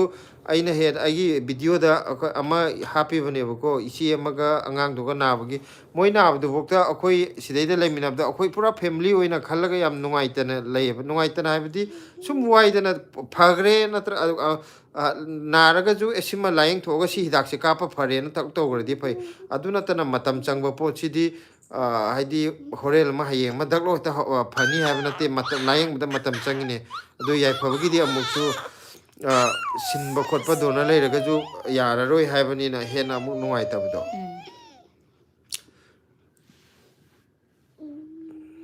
नुंगदि याम नुंगाइते हाइबम खंगदे हाइतारे करी हाइगना हिम्मत साइखोमना लाइक तौखरबनी तामो हाइबने थैंक यू ओइनाम अहनबीना इनाउ शिलासे याम खोपांग अनि थाजला गराइ थोजे लेमिनारा खागनी हाइदि मालगा फरमद्रदि अदुदि लेमिनाबा आइदना खंगदौनी अदुदि अमता हाइगरो एडवर्टाइजमेंट तौरसे एडवर्टाइजमेंट तौओ इसागी स्क्रीन दा अस्तले सौलाने गीताना इनमसे याम फजैये है फजै हायदि हराउने थी हायदि साउनिंगबनी को सिमदि अदुगा तरुणी मैसनामना लास्ट मैसेज इरमगे ब्लेसी सुम तुमगे तौबनी तरुणीना यादबैनी ब्लेसी नंग बाय बाय फजना लयुको अना एक याउदना हेना नुंगाइबो ओयुको है अदु नेनेजु नाबा फरो याउरोइगे नंग सुनागनो नारिदो थुना फरो प्रेमलताना आइसु पैसागी मतांगसे खुद हेक्ता निए कैगिनो खंगदे अदु नते हाइगनो नुपीना खुनिकपदि कइसु काइदेबा नुपीदा पिसलिजे पैसा तुंजननबनेबा नुपाना पैसा लिकपजिदि यादेबा नुपीना लिकपदुदि लिकदबने माय वाजी यानिंद्रगा जदम यानिंगबा सारजिको यानिंगी इस Lady Mascara. What language are you speaking? Have it's Maitailon Manipuri. Lakshmi Waikom. Kaka noigi live yaugdaba kuire ngasi amuk yauree tumbaga yade noigi live yaugdaba. Thank you. Sumaina mayamna nungsibi bizane akoina ju live se nomagi thada ngamdri je adi nahan numini ni huni dang tharodabda kainam iwat padau khalleb ko. Kiran Balana kaino set yamna oiraga leiramme ngasi akhoi ngasi kaim nuaitaba tawdeda ngasi Ngasina mi miyamna nungaiba male haraga. aduga hoi marakta aigi inau yaifabagi sum mani adugi maramda oiramane. awabagi wari je ngasaidagi sum haidi adugi sum matangda kano tawrambane ba wari sanarambane ba adudugi orangani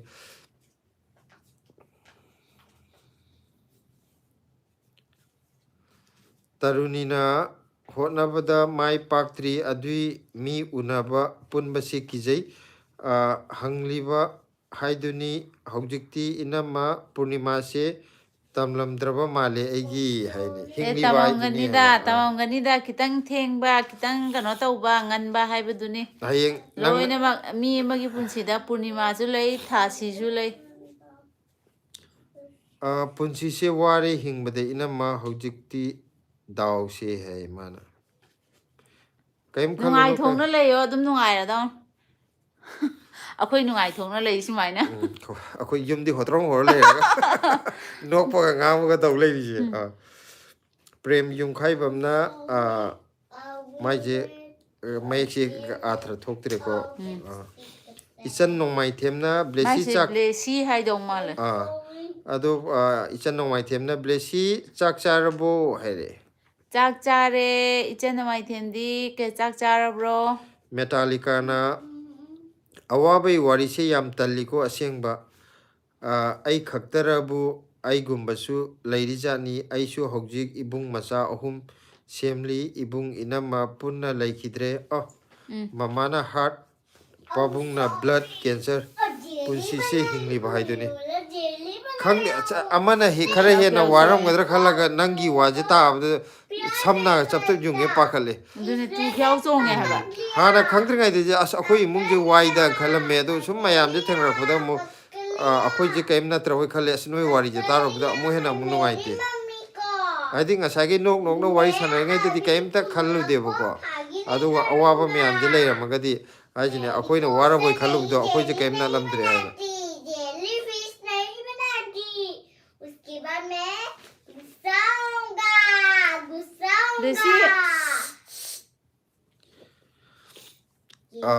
tập na ngang tập na Kimnel hing haukip ko kari mathil charge kaka hai si di ko bijam thong chare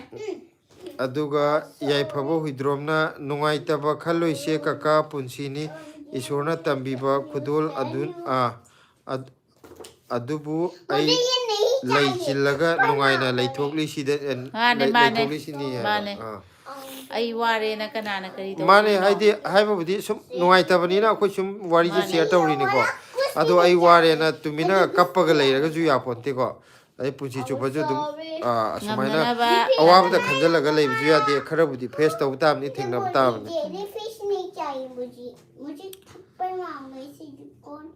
now thoi huidrom isa heba kakaga idom chaga se kari lamda leiri no hai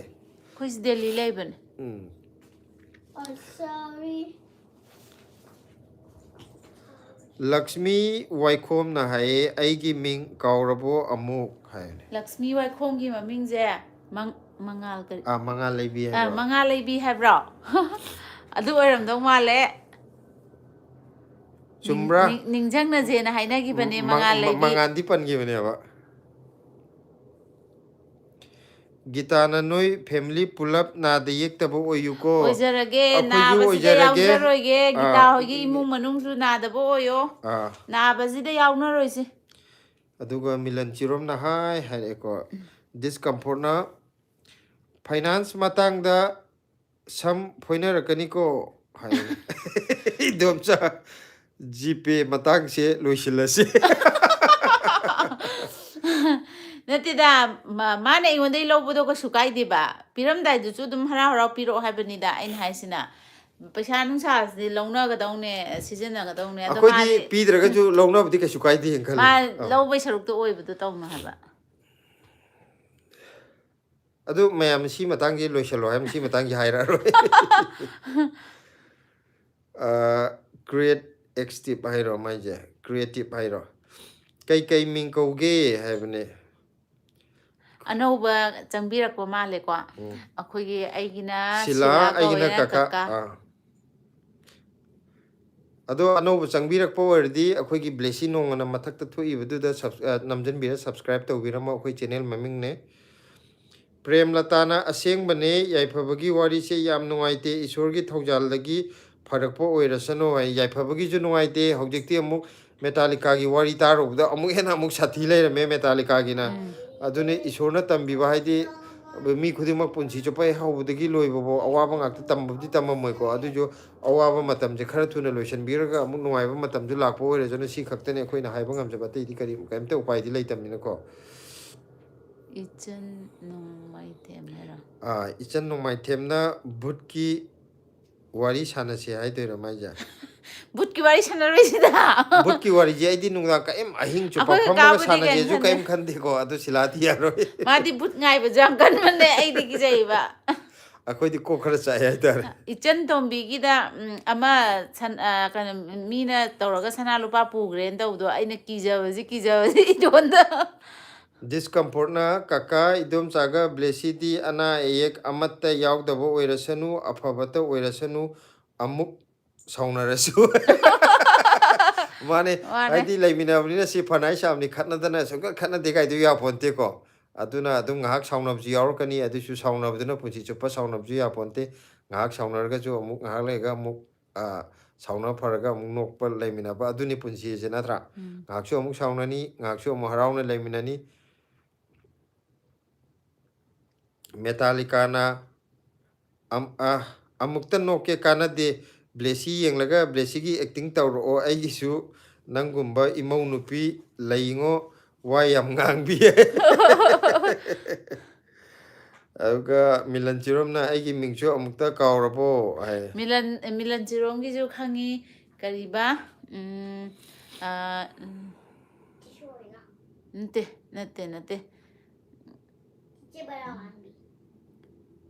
ꯀꯔꯤꯅꯣ ꯑꯃ ꯂꯥꯏꯔꯦꯝꯕꯤꯒꯨꯝꯕꯒꯤ ꯑꯃ ꯃꯃꯤꯡ ꯑꯣꯏꯕꯗꯣ ꯑꯣ ꯑꯗꯨꯗꯨꯔꯣ ꯂꯂꯩꯕꯤ ꯂꯂꯩꯕꯤ ꯆꯨꯝꯕ꯭ꯔꯥ ꯆꯨꯝꯃꯝꯒꯅꯤ ꯂꯂꯩꯃ ꯍꯥꯏꯕ꯭ꯔꯥ ꯂꯂꯩꯃ ꯀꯧꯍꯟꯅꯤꯡꯉꯦ ꯂꯂꯩꯕꯤ ꯍꯥꯏꯕ ꯂꯂꯩꯕꯤ ꯈꯨꯃꯟ ꯆꯥꯅ ꯂꯂꯩꯃ ꯑꯣꯏꯅ ꯀꯧꯍꯟꯅꯤꯡꯉꯦ ꯍꯥꯏꯕ ꯑꯗ ꯃꯥꯅ ꯂꯂꯩꯕꯤ ꯂꯩꯕꯤ ꯍꯥꯏꯕꯀꯣ ꯗꯣꯂꯤꯅꯥ ꯋꯤꯠ ꯃꯣꯝ ꯍꯥꯏ ꯍꯥꯏꯀꯣ ꯍꯥꯏ ꯑꯩꯈꯣꯏꯒꯤ ꯁꯕꯁꯀ꯭ꯔꯥꯏꯕꯔꯅꯦ ꯑꯩꯈꯣꯏꯅꯁꯨ ꯃꯥꯒꯤ ꯁꯕꯁꯀ꯭ꯔꯥꯏꯕ ꯇꯧꯕꯅꯦ ꯑꯗꯨꯒ ꯑꯩꯒꯤ ꯑꯃ ꯀꯩꯅꯣꯁꯦ ꯑꯩꯈꯣꯏ ꯗꯤꯁꯀꯝꯐꯣꯔꯠꯀꯤ ꯑꯃ ꯀꯥꯜꯂꯝꯃꯦ ꯀꯀꯥꯒꯤ ꯃꯤꯡꯁꯦ ꯀꯀꯥ ꯍꯥꯏꯔꯤꯔꯣ ꯇꯧꯍꯩꯗ꯭ꯔꯦ ꯇꯥꯍꯧꯗ꯭ꯔꯦ ꯑꯃꯨꯛꯇꯒ ꯍꯥꯏꯕꯤꯌꯣ ꯏꯗꯣꯝꯆꯥꯒꯤꯗꯤ ꯈꯪꯖꯔꯦ ꯑꯩꯒꯤ ꯃꯤꯡꯁꯦ ꯑꯇꯣꯞꯄ ꯑꯃꯕꯨꯗꯤ ꯂꯩꯌꯦꯕꯀꯣ ꯑꯗꯨꯁꯨ ꯃꯌꯥꯝꯅ ꯀꯀꯥꯅ ꯆꯠꯈ꯭ꯔꯕꯅꯦ ꯑꯗꯨꯏ ꯀꯀꯥ ꯍꯥꯏꯕꯅꯤꯗ ꯑꯩꯅ ꯀꯀꯥꯅ ꯀꯧꯕꯗꯒꯤ ꯃꯌꯥꯝꯁꯨ ꯃꯤ ꯂꯣꯏꯅꯃꯛ ꯃꯌꯥꯝꯅ ꯑꯩꯒꯤ ꯑꯁꯦꯡꯕ ꯃꯤꯡꯗꯨꯗꯤ ꯀꯅꯥꯝꯇ ꯀꯧꯗ꯭ꯔꯦꯕꯀꯣ ꯑꯗꯣ ꯀꯧꯕꯤꯗ꯭ꯔꯦ ꯀꯀꯥꯗ ꯑꯣꯏꯅ ꯂꯣꯏ ꯆꯠꯈ꯭ꯔꯦꯕ ꯑꯉꯥꯡꯒꯤꯁꯨ ꯑꯍꯟꯒꯤꯁꯨ ꯂꯣꯏꯅꯃꯛ ꯑꯗꯨꯅ ꯑꯩꯅ ꯀꯀꯥ ꯀꯧꯔꯦꯅ ꯑꯩꯈꯣই ꯆꯦꯅꯦꯜꯒꯤ ꯑꯣꯏꯅꯅꯤꯀꯣ ꯑꯩꯅ ꯀꯀꯥ ꯀꯧꯔꯦ ꯑꯩꯁꯦ ꯑꯗ ꯑꯁꯦꯡꯕꯗꯕꯨꯗꯤ ꯗꯤꯁꯀꯝꯐꯣꯔꯠꯅꯁꯨ ꯀꯀꯥ ꯅꯠꯇꯦ ꯀꯀꯥꯅ ꯑꯗꯨꯝ ꯀꯧꯔꯣ ꯑꯍꯜ ꯑꯉꯥꯡ ꯇꯥꯃꯣ ꯈꯥꯏꯗ꯭ꯔꯦ ꯍꯥꯏꯗ꯭ꯔꯁꯨ ꯌꯥꯔꯦ ꯆꯦꯅꯦꯜꯗꯒꯤ ꯑꯣꯏꯅ ꯀꯀꯥ ꯑꯣꯟꯊꯣꯛꯈ꯭ꯔꯦꯕ ꯑꯩꯁꯦ ꯑꯩꯈꯣꯏ ꯌꯥꯏꯐꯕꯒꯤ ꯃꯦꯁꯦꯖ ꯑꯃꯃꯨꯛ ꯂꯥꯛꯑꯦ ꯑꯩꯒꯤ ꯅꯨꯡꯉꯥꯏꯇꯕꯗ ꯁꯔꯨꯛ ꯌꯥꯕꯤꯔꯤꯕ ꯈꯨꯗꯤꯡ ꯊꯥꯒꯠꯆꯔꯤ ꯑꯩꯅ ꯔꯤꯄ꯭ꯂꯥꯏ ꯇꯧꯕꯗꯤ ꯉꯝꯖꯗ꯭ꯔꯦ ꯐꯤ ꯀꯟꯅ ꯁꯥꯔꯤ ꯕ꯭ꯂꯦꯁꯤ ꯆꯦꯆꯦ ꯀꯀꯥ ꯎꯅꯅꯤꯡꯕꯒꯤ ꯂꯥꯏꯚ ꯌꯦꯡꯅ ꯐꯤ ꯁꯥꯕꯅꯤꯅ ꯍꯥꯏ ꯍꯧꯖꯤꯛꯁꯨ ꯐꯤ ꯁꯥꯔꯤ ꯍꯥꯏꯔꯤꯕ ꯃꯥꯏ ꯅꯨꯡꯗꯥꯡ ꯂꯦꯞꯇꯅꯀꯣ ꯊꯕꯛꯇꯤ ꯀꯜꯂꯦ ꯑꯩꯈꯣꯏꯗꯤ ꯁꯤꯗ ꯐꯝꯃꯒꯅꯤ ꯂꯩꯔꯤ ꯃꯇꯥꯡꯒꯤꯅꯤ ꯅꯠꯇ꯭ꯔꯥ ꯑꯥ ꯑꯩꯈꯣꯏꯒꯤꯁꯨ ꯑꯩꯈꯣꯏꯒꯤ ꯍꯥꯏꯗꯤ ꯃꯇꯥꯡꯅꯤ ꯏꯆꯟ ꯅꯣꯡꯃꯥꯏꯊꯦꯝꯅ ꯕꯨꯠꯀꯤ ꯋꯥꯔꯤ ꯁꯥꯟꯅꯁꯤ ꯄ꯭ꯂꯤꯖ ꯍꯥꯏꯗꯣꯏꯅꯦ ꯃꯥꯏꯁꯦ ꯕꯨꯠꯀꯤ ꯋꯥꯔꯤ ꯍꯣꯔꯦꯟ ꯁꯤꯂꯥ ꯇꯨꯝꯈ꯭ꯔꯒ ꯑꯩꯒ ꯑꯣꯏꯅ ꯁꯥꯟꯅꯔꯁꯤ ꯀꯔꯤ ꯕꯨꯠꯀꯤꯅꯣ ꯅꯪ ꯋꯥꯔꯤ ꯁꯥꯟꯅꯁꯦ ꯍꯥꯏꯁꯤꯕꯣ ꯀꯔꯝꯕ ꯕꯨꯠꯅꯣ ꯈꯔ ꯂꯩꯔꯒꯗꯤ ꯌꯥꯗꯦ ꯕ꯭ꯂꯦꯁꯤꯁꯨ ꯌꯥꯗꯦ ꯈꯔ ꯂꯩꯔꯒꯗꯤ ꯕꯦꯠ Manners. ꯃꯦꯅꯔꯁꯅꯦꯌꯦ Manners. discomfort na kaka tare tudi tare tare blessy bok da kaka ko ida Oh, gonna. nang kano met lure borlin met lure manam lai tay ra lakra Take like. manam na mi ji kai de no boro plus tay sele masin thi be de boro plus tay sele kai tay no khut tay ra mai tay ra Look at that. makutta se kano na akhoi gi yai phaba gi message am lai ka okay no Ando problem Sorry, Mama. okay ya phaba gi ro I want you. Mana main. ai gi Badi. hawai char dry oi ba or hai budi khun bi de hai oh pura ke yum bu thola di ko adum pura dang Jalan. adagi fresh super rakwe ya kai no khoi yum thodi yum da lon doi ne yum tho di ne yum de yon bai lo la ga ma'am sa je na Sabina. Madadi daddy ya. Sabara. Baria. blessy na na kon ya nang taning di Madadi daddy yam ya. ja ka mai kon ja adune aduga Sabara. yare nang Maria. se kano gi nong amu hagi da ngari amu ama chuatar mung la e phaba gi makha je chak char aduga dolina with mom na chak chak char chare bo dolina Mama, hoi gi I chak did char bro Ek. se nga ko Rectangle. Rectangle. aduga kainona metallica gi na kakai dom cha delhi da di kayam And changi blessy school tambado sidadi yam tang ni bo hai delhi da ju na kainone Atang ba lay? atang ba adu yung ga ma hai ro di loi tang da delhi da ju tang e adu khana hen na tang bu ju lai ai di school phor nge private school me am ji di hok ji delhi da ju pura competition ni na paisa je adu na tang di loi tang e adu ga gujarat ka delhi ga compare to u di khang dre ko ago delhi da ju yam tang bu ju lai kitang hai da bu ju lai adu bu aya mana tham da lising manga truk tai di am ta ta dra bi je aya mana school kitang ma ming chakhi ba private school da di dum taruk tai di ta dre donation ka kai mu extra lo u na mu to wan gre ko jellyfish. kaino na Deep shower. yai phang na chi se na adu da lon bu da saning bai ne hai ba aina sida lon ba se tani sidagi puthora kangala pora loire inaw gi Mane, la mane, pada mane. se thoe ada fresh sa ji ko fresh na ai yum de su lon doi ne ba fresh se fresh su sa je aduga dry oil ga so hoi puthora ke aduga milan na chume here chumdra khoi dia ichan nong mai them na blessy gi isai yam phajaye here Pakalagi. thank you hai ga ro hana All from Oi Mana. Shina. kang soi sare dolina with Sikang moms na sene. aiju aikhoi gi ka no aikhoi gi susare hai ba aikhoi susare hai de ni kam ko na this ka pona blessy yaurok pasi su nungai ko taseng na kitang langlo o blessy hai Very badu. metallica na moi ahum da 25000 thagi mi sirani moi ahum da 25 odiam yam he thagi thir dia magi na school khara ka no tau bo ramani ye hoi ne adu itar jo sidai da tongana kano to gi bagi chaw boi woni ko magi donation ka kai pi bu gi ado tha da 25 itar di sida dps kum bu di am chaw ko adu na ta ba tai di hoi taruk pi ba taret pi ba bu di awe mapan ko to bu di adu sida ko khara lingra kha mamin chakhar di amani da Ma. blessy no thoi thoi discomfort na idom chagi hawai jar se delhi lakpada laiba lakpa tare aikhoi di hawai jar ga chakadang to laga chari ne haujakhra jani haiba oh pamja ba gi ko Pami. ka do gi lai do no sida la o ai adu ne hayo adum akoi yon bada adum chamina ra lore Pami. Pami. aduga milan jirom na ai chapu rabo kaka hai nang na hamu yeng dai na Yeng ko eh. na subscribe to video jo yenge aina comment ga tawgri dudi kano comment nya da badana like me am tawgi bane comment taw badana aina i dudi aduga akoi kaino ju change asi ju change asi hai hai Hi, aina Asi. comment da kaino han gibani ko phone number do thar ona adu thengna driba male nangna kaino torok poi do video amani da ꯀꯧꯔꯛꯏꯗꯅ ꯑꯗꯨꯗ ꯑꯩꯅ ꯍꯧꯖꯤꯛꯀꯤ ꯀꯃꯦꯟꯗꯨꯗ ꯑꯣꯏꯅ phone ꯅꯝꯕꯔꯗꯨ ꯏꯔꯛꯑꯣ ꯍꯥꯏꯈꯤꯕꯅꯦ ꯑꯩ ꯏꯅꯥꯎ ꯑꯁꯤꯒꯤ ꯑꯗꯣ ꯑꯗꯨꯗꯩ ꯏꯔꯛꯑꯣ ꯑꯩ ꯅꯝꯕꯔꯗꯨ ꯅꯣꯠ ꯇꯧꯍꯧꯔꯒ ꯗꯤꯂꯤꯠ ꯇꯧꯈ꯭ꯔꯒꯦꯀꯣ ꯀꯃꯦꯟ ꯅꯪꯅ ꯀꯃꯦꯟ ꯄꯤꯔꯛꯈꯤꯕꯗꯣ ꯑꯗꯨꯗ ꯑꯃꯨꯛꯇ ꯆꯪꯕꯤꯌꯣ ꯑꯗꯨꯒ ꯅꯥꯎꯔꯦꯝ ꯇꯣꯝꯕꯤꯝꯆꯥ ꯗꯦꯕꯤꯅ ꯍꯥꯏ ꯕ꯭ꯂꯦꯁꯤ ꯍꯥꯏꯔꯛꯑꯦꯀꯣ ꯍꯥꯏ ꯕ꯭ꯂꯦꯁꯤ ꯍꯥꯏꯔꯦ ꯍꯥꯏ ꯍꯥꯏꯒ꯭ꯔꯣ ꯑꯗꯨꯒ ꯀꯀꯥ ꯕꯣꯏꯆꯥꯅ ꯇꯥꯃꯣ ꯄꯨꯡ ꯀꯌꯥ ꯐꯥꯎꯕ ꯂꯥꯏꯚꯁꯤ ꯀꯌꯥꯝ ꯀꯨꯏꯅ ꯊꯥꯗꯣꯏꯅꯣ ꯍꯥꯏ ꯍꯧꯖꯤꯛ ꯄꯨꯡ ꯀꯌꯥ ꯇꯥꯔꯒꯦ 9:55 ꯄꯨꯡ ꯀꯌꯥꯃꯨꯛ ꯊꯥꯖꯦ ꯍꯥꯏꯅꯣ 10 ꯃꯤꯅꯤꯠ 10ꯃꯨꯛ ꯊꯥꯔꯁꯤ ꯃꯤꯅꯤꯠ 10 ꯀꯨꯟ ꯁꯥꯡꯊꯔꯕꯀꯣ ꯑꯗꯨꯒ ꯃꯦꯇꯥꯂꯤꯀꯥꯅ ꯀ꯭ꯂꯥꯁ 6 8 10 ꯅꯤ ꯑꯗꯨꯅꯅꯤ ꯌꯥꯝ ꯌꯦꯡꯅꯔꯗꯤ ꯁꯤ ꯍꯣꯡꯂꯕꯅꯤ ꯀꯀꯥ ꯍꯥꯏ ꯃꯌꯥꯝꯒ ꯌꯦꯡꯅꯔꯒꯗꯤ ꯁꯤ ꯍꯣꯡꯂꯕꯅꯦ ꯍꯥꯏꯕ ꯀ꯭ꯂꯥꯁ ꯌꯥꯝꯃꯦ ꯑꯗꯨꯅꯅꯦ ꯃꯥꯒꯤ ꯈꯔ ꯆꯥꯎꯔꯤꯁꯤꯀꯣ ꯌꯥꯝ ꯇꯥꯡꯉꯦ ꯍꯧꯖꯤꯛꯀꯥꯟꯁꯦ ꯑꯉꯥꯡ ꯂꯥꯏꯔꯤꯛ ꯇꯝꯅꯕ ꯉꯝꯕꯖꯥꯠ ꯑꯗꯨꯒ ꯑꯁꯤꯅ ꯍꯣꯏ ꯇꯥꯃꯣ ꯍꯥꯏꯔꯛꯑꯦꯀꯣ ꯗꯤꯁꯀꯝꯐꯣꯔꯠꯅ ꯍꯌꯦꯡ ꯔꯤꯄꯥꯕ꯭ꯂꯤꯛ ꯗꯦꯒꯤ ꯀꯣꯏ ꯆꯠꯂꯣꯏꯗ꯭ꯔꯣ ꯕ꯭ꯂꯦꯁꯤ ꯍꯥꯏ ꯍꯌꯦꯡ ꯔꯤꯄꯥꯕ꯭ꯂꯤꯛ ꯗꯦꯁꯦ ꯀꯣꯏꯕ ꯆꯠꯀꯗ꯭ꯔꯣ ꯊꯣꯏꯊꯣꯏ ꯆꯠꯂꯣꯏꯌꯦ ꯕ꯭ꯂꯦꯁꯤꯅ ꯀꯣꯏꯕ ꯆꯠꯂꯔꯣꯏ ꯍꯥꯏꯕꯅꯤꯅ ꯑꯩꯈꯣꯏ ꯀꯣꯏꯕ ꯆꯠꯂꯔꯣꯏ ꯑꯗꯨꯒ ꯗꯣꯂꯤꯅꯥ ꯋꯤꯠ ꯃꯣꯝꯁꯅ ꯕ꯭ꯂꯦꯁꯤꯁꯦ ꯌꯥꯝꯅ ꯅꯨꯡꯁꯤꯌꯦ ꯍꯥꯏꯔꯛꯑꯦ ꯑꯁꯤꯅ ꯕ꯭ꯂꯦꯁꯤꯗꯤ ꯉꯁꯤꯗꯤ ꯒꯨꯗ ꯇꯥꯔꯦ ꯍꯌꯦꯡ ꯉꯁꯤꯗꯤ ꯃꯔꯝ ꯃꯣꯛꯑꯦ ꯅꯤꯡꯉꯥꯏ ꯇꯧꯗ꯭ꯔꯦ ꯅꯪ ꯆꯦꯗꯨ ꯁꯦꯒꯥꯏꯒꯅꯨ ꯒꯨꯗ ꯇꯥꯔꯦ ꯋꯥꯏ ꯍꯥꯏꯔꯦ ꯂꯣꯏ ꯊꯦꯡꯛ ꯌꯨ ꯆꯥꯏꯔꯦ ꯍꯥꯏꯒ꯭ꯔꯣ ꯑꯗꯨꯁꯨ ꯀꯀꯥꯗꯁꯨ ꯊꯦꯡꯛ ꯌꯨ ꯀꯀꯥ ꯍꯥꯏ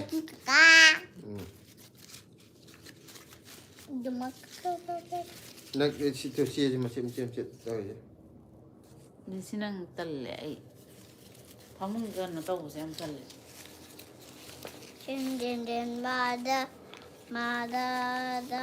ꯑꯩ ꯑꯣꯏꯅ ꯍꯀꯥꯝ ꯆꯟꯖꯜꯂꯛꯑꯦ ꯃꯌꯥꯝ ꯅꯪ ꯍꯀꯥꯝ ꯆꯟꯕꯩ ꯈꯪꯗꯦ ꯑꯩ ꯍꯣꯏ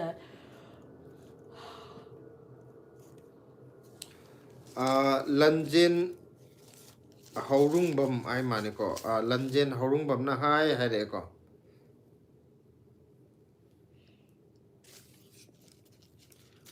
ꯑꯗꯣ ꯍꯧꯖꯤꯛ 57 ꯇꯥꯔꯦ ꯉꯁꯤ 10ꯗ ꯑꯣꯏꯅ ꯂꯣꯏꯁꯤꯜꯂꯁꯦ ꯑꯩ ꯍꯀꯥꯝ ꯈꯔ ꯂꯥꯛꯑꯦ ꯌꯥꯏ ꯍꯌꯦꯡ ꯑꯃꯨꯛ ꯋꯥꯔꯤ ꯁꯥꯟꯅꯔ ꯂꯣꯏꯔꯦ ꯃꯌꯥꯝꯒ ꯃꯤꯅꯤꯠ 3ꯁꯦ ꯉꯥꯏꯍꯥꯛ ꯋꯥꯔꯤ ꯁꯥꯟꯅꯔꯁꯤ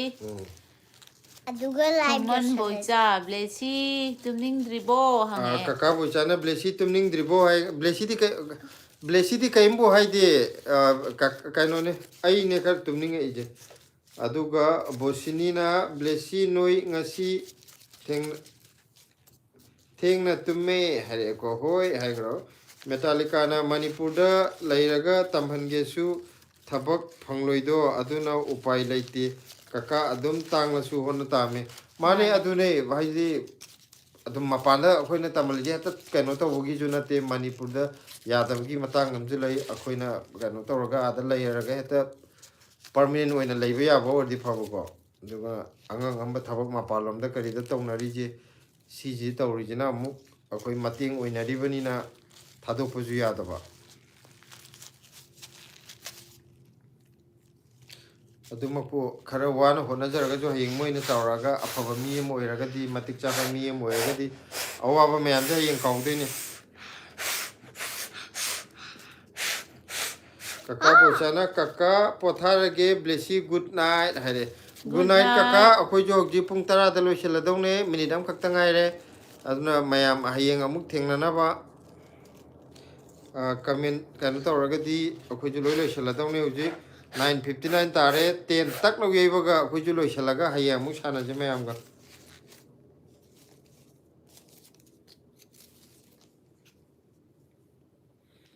ꯑꯗꯣ ꯀꯩꯅꯣ ꯇꯧꯔꯣꯅ ꯃꯌꯥꯝꯗ ꯑꯝꯇ ꯂꯥꯏꯛ ꯇꯧꯁꯤꯟꯕꯤꯔꯝꯃꯣꯅ ꯑꯝꯇ ꯍꯥꯏꯍꯧꯔꯣꯅ ꯂꯣꯏꯁꯤꯟꯗ꯭ꯔꯤꯉꯩꯗ ꯊꯣꯏꯊꯣꯏ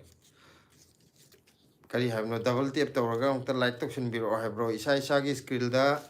ꯈꯨꯠꯅ ꯑꯃꯨꯛꯇꯪ ꯗꯛ ꯑꯅꯤꯔꯛꯇꯪ ꯅꯝꯁꯤꯟꯕꯤꯔꯒ ꯂꯥꯏꯛ ꯇꯧꯕꯤꯔꯛꯑꯣ ꯃꯊꯛꯇ ꯕ꯭ꯂꯦꯁꯤ ꯅꯣꯡꯅ ꯊꯥꯔꯤꯕ ꯆꯦꯅꯦꯜꯗꯨꯗꯁꯨ ꯍꯧꯖꯤꯛ ꯑꯅꯧꯕ ꯆꯪꯕꯤꯔꯛꯄ ꯃꯤ ꯌꯥꯎꯔꯒꯗꯤ ꯁꯕꯁꯀ꯭ꯔꯥꯏꯞ ꯇꯧꯁꯤꯟꯕꯤꯔꯛꯑꯣ ꯕ꯭ꯂꯦꯁꯤ ꯅꯣꯡꯗ ꯑꯗꯨꯒ ꯑꯩꯈꯣꯏ ꯀꯩꯅꯣꯅ ꯃꯤꯂꯟꯅ ꯍꯥꯏꯔꯛꯑꯦꯀꯣ ꯑꯗꯨꯒ ꯀꯩꯅꯣꯅ ꯑꯩꯈꯣꯏ ꯌꯥꯏꯐꯕꯅ ꯑꯩꯒꯤ ꯂꯥꯁ ꯀꯃꯦꯟ ꯔꯤꯄ꯭ꯂꯥꯏ ꯇꯧꯔꯛꯇꯦ ꯍꯣꯔꯦꯟ ꯔꯤꯄ꯭ꯂꯥꯏ ꯇꯧꯔꯛꯑꯣ ꯕ꯭ꯂꯦꯁꯤ ꯒꯨꯗ ꯅꯥꯏꯠ ꯍꯥꯏꯕꯅꯤꯀꯣ ꯑꯗꯨꯒ ꯃꯤꯂꯟꯅ ꯑꯩ ꯑꯅꯧ ꯎꯞꯄ꯭ꯔꯅꯦꯅꯦ ꯑꯗꯨꯗꯤ ꯃꯌꯥꯝ ꯀꯩꯅꯣ ꯇꯧꯔꯦ ꯄꯨꯡ 10 ꯇꯥꯔꯦ ꯉꯁꯤꯒꯤꯗꯤ ꯂꯥꯏꯚꯁꯦ ꯂꯣꯏꯁꯤꯜꯂꯒꯦ ꯃꯊꯪꯗ ꯑꯃꯨꯛ ꯊꯦꯡꯅꯔꯁꯦ ꯍꯌꯦꯡ ꯑꯃꯨꯛ ꯊꯦꯡꯅꯁꯦ ꯍꯌꯦꯡ ꯑꯃꯨꯛ ꯂꯥꯏꯛ ꯆꯪꯉꯛꯀꯦ ꯌꯥꯝ ꯅꯨꯡꯉꯥꯏꯔꯦ ꯃꯌꯥꯝꯒ ꯉꯁꯤ ꯂꯥꯏꯚ ꯇꯧꯕꯁꯦ ꯃꯇꯝꯒ ꯑꯝꯇ ꯈꯪꯍꯧꯗꯦ ꯋꯥꯔꯤ ꯅꯨꯡꯉꯥꯏꯕꯒꯤ ꯀꯩꯅꯣ ꯑꯩꯈꯣꯏ ꯀꯩꯅꯣꯒꯁꯨ ꯂꯥꯛꯏ Mama Rose. ꯀꯅꯥꯒꯤ ꯑꯇꯣꯞꯄ ꯀꯃꯦꯟ ꯌꯥꯏꯐꯕꯒꯤ ꯂꯥꯛꯏꯕ ꯀꯥꯜꯂꯦ ꯀꯀꯥ ꯄꯣꯊꯥꯔꯒꯦ ꯕ꯭ꯂꯦꯁꯤ ꯒꯨꯗ ꯅꯥꯏꯠ ꯀꯀꯥ ꯌꯥꯏꯐꯕ ꯕꯣꯏꯆꯥ ꯌꯥꯏꯐꯕ ꯑꯩ ꯁꯤ ꯕꯣꯏꯆꯥꯒꯤ ꯄꯥꯈ꯭ꯔꯁꯤꯗꯤ ꯃꯊꯛ ꯌꯥꯏꯐꯕꯒꯤ ꯄꯥꯏꯈ꯭ꯔꯕꯣ ꯑꯥ ꯑꯩꯒꯤ ꯂꯥꯁ ꯀꯃꯦꯟ ꯔꯤꯄ꯭ꯂꯥꯏ ꯑꯥ ꯇꯧꯔꯛꯇ꯭ꯔꯤ ꯑꯗꯨꯅꯦ ꯑꯣ ꯃꯦꯇꯥꯂꯤꯀꯥꯅ ꯀꯀꯥ ꯏꯗꯣꯝꯆꯥ ꯕ꯭ꯂꯦꯁꯤ ꯒꯨꯗ ꯅꯥꯏꯠ ꯃꯔꯛ ꯃꯔꯛꯇ ꯂꯥꯏꯛ ꯌꯥꯝ ꯇꯣꯏꯅꯗꯤ ꯉꯝꯗꯦ ꯊꯕꯛꯁꯤꯅ ꯕꯥꯏ ꯕꯥꯏ ꯑꯗꯨꯅꯦ ꯁꯪꯉ ꯎꯅꯔ ꯂꯣꯏꯔꯦꯀꯣ ꯃꯥꯅꯦ ꯑꯗꯨꯒ ꯍꯤꯝꯃꯠꯅꯁꯨ ꯃꯩꯇꯩꯗꯤ ꯂꯥꯏ ꯐꯥꯎꯕ ꯃꯀꯣꯛꯇ ꯂꯩ My Rose. Rose. Ma'am ꯑꯁꯤꯅ Rose. Good night sweet dreams ꯍꯥꯏ ꯃꯌꯥꯝ ꯒꯨꯗ ꯅꯥꯏꯠ ꯒꯨꯗ ꯅꯥꯏꯠ ꯅꯪꯀꯣ ꯁꯤ ꯀꯩ ꯍꯥꯏꯅꯣ ꯃꯥꯒꯤ ꯌꯥꯏꯐꯕꯒꯤꯁꯦ ꯀꯔꯤꯅꯣ ꯃꯥꯒꯤ ꯁꯤ ꯔꯤꯄ꯭ꯂꯥꯏ ꯆꯦꯆꯦꯅ ꯇꯧꯔꯛꯑꯣ ꯑꯗꯨꯗ ꯂꯣꯟꯕꯗꯣ ꯆꯥꯅꯤꯡꯕꯩꯅꯦ ꯑꯗꯨ ꯑꯥ ꯉꯁꯥꯏ ꯄꯣꯔꯛꯀꯦ ꯄꯥꯈ꯭ꯔꯤꯗꯨꯗꯤ ꯄꯥꯈ꯭ꯔꯦ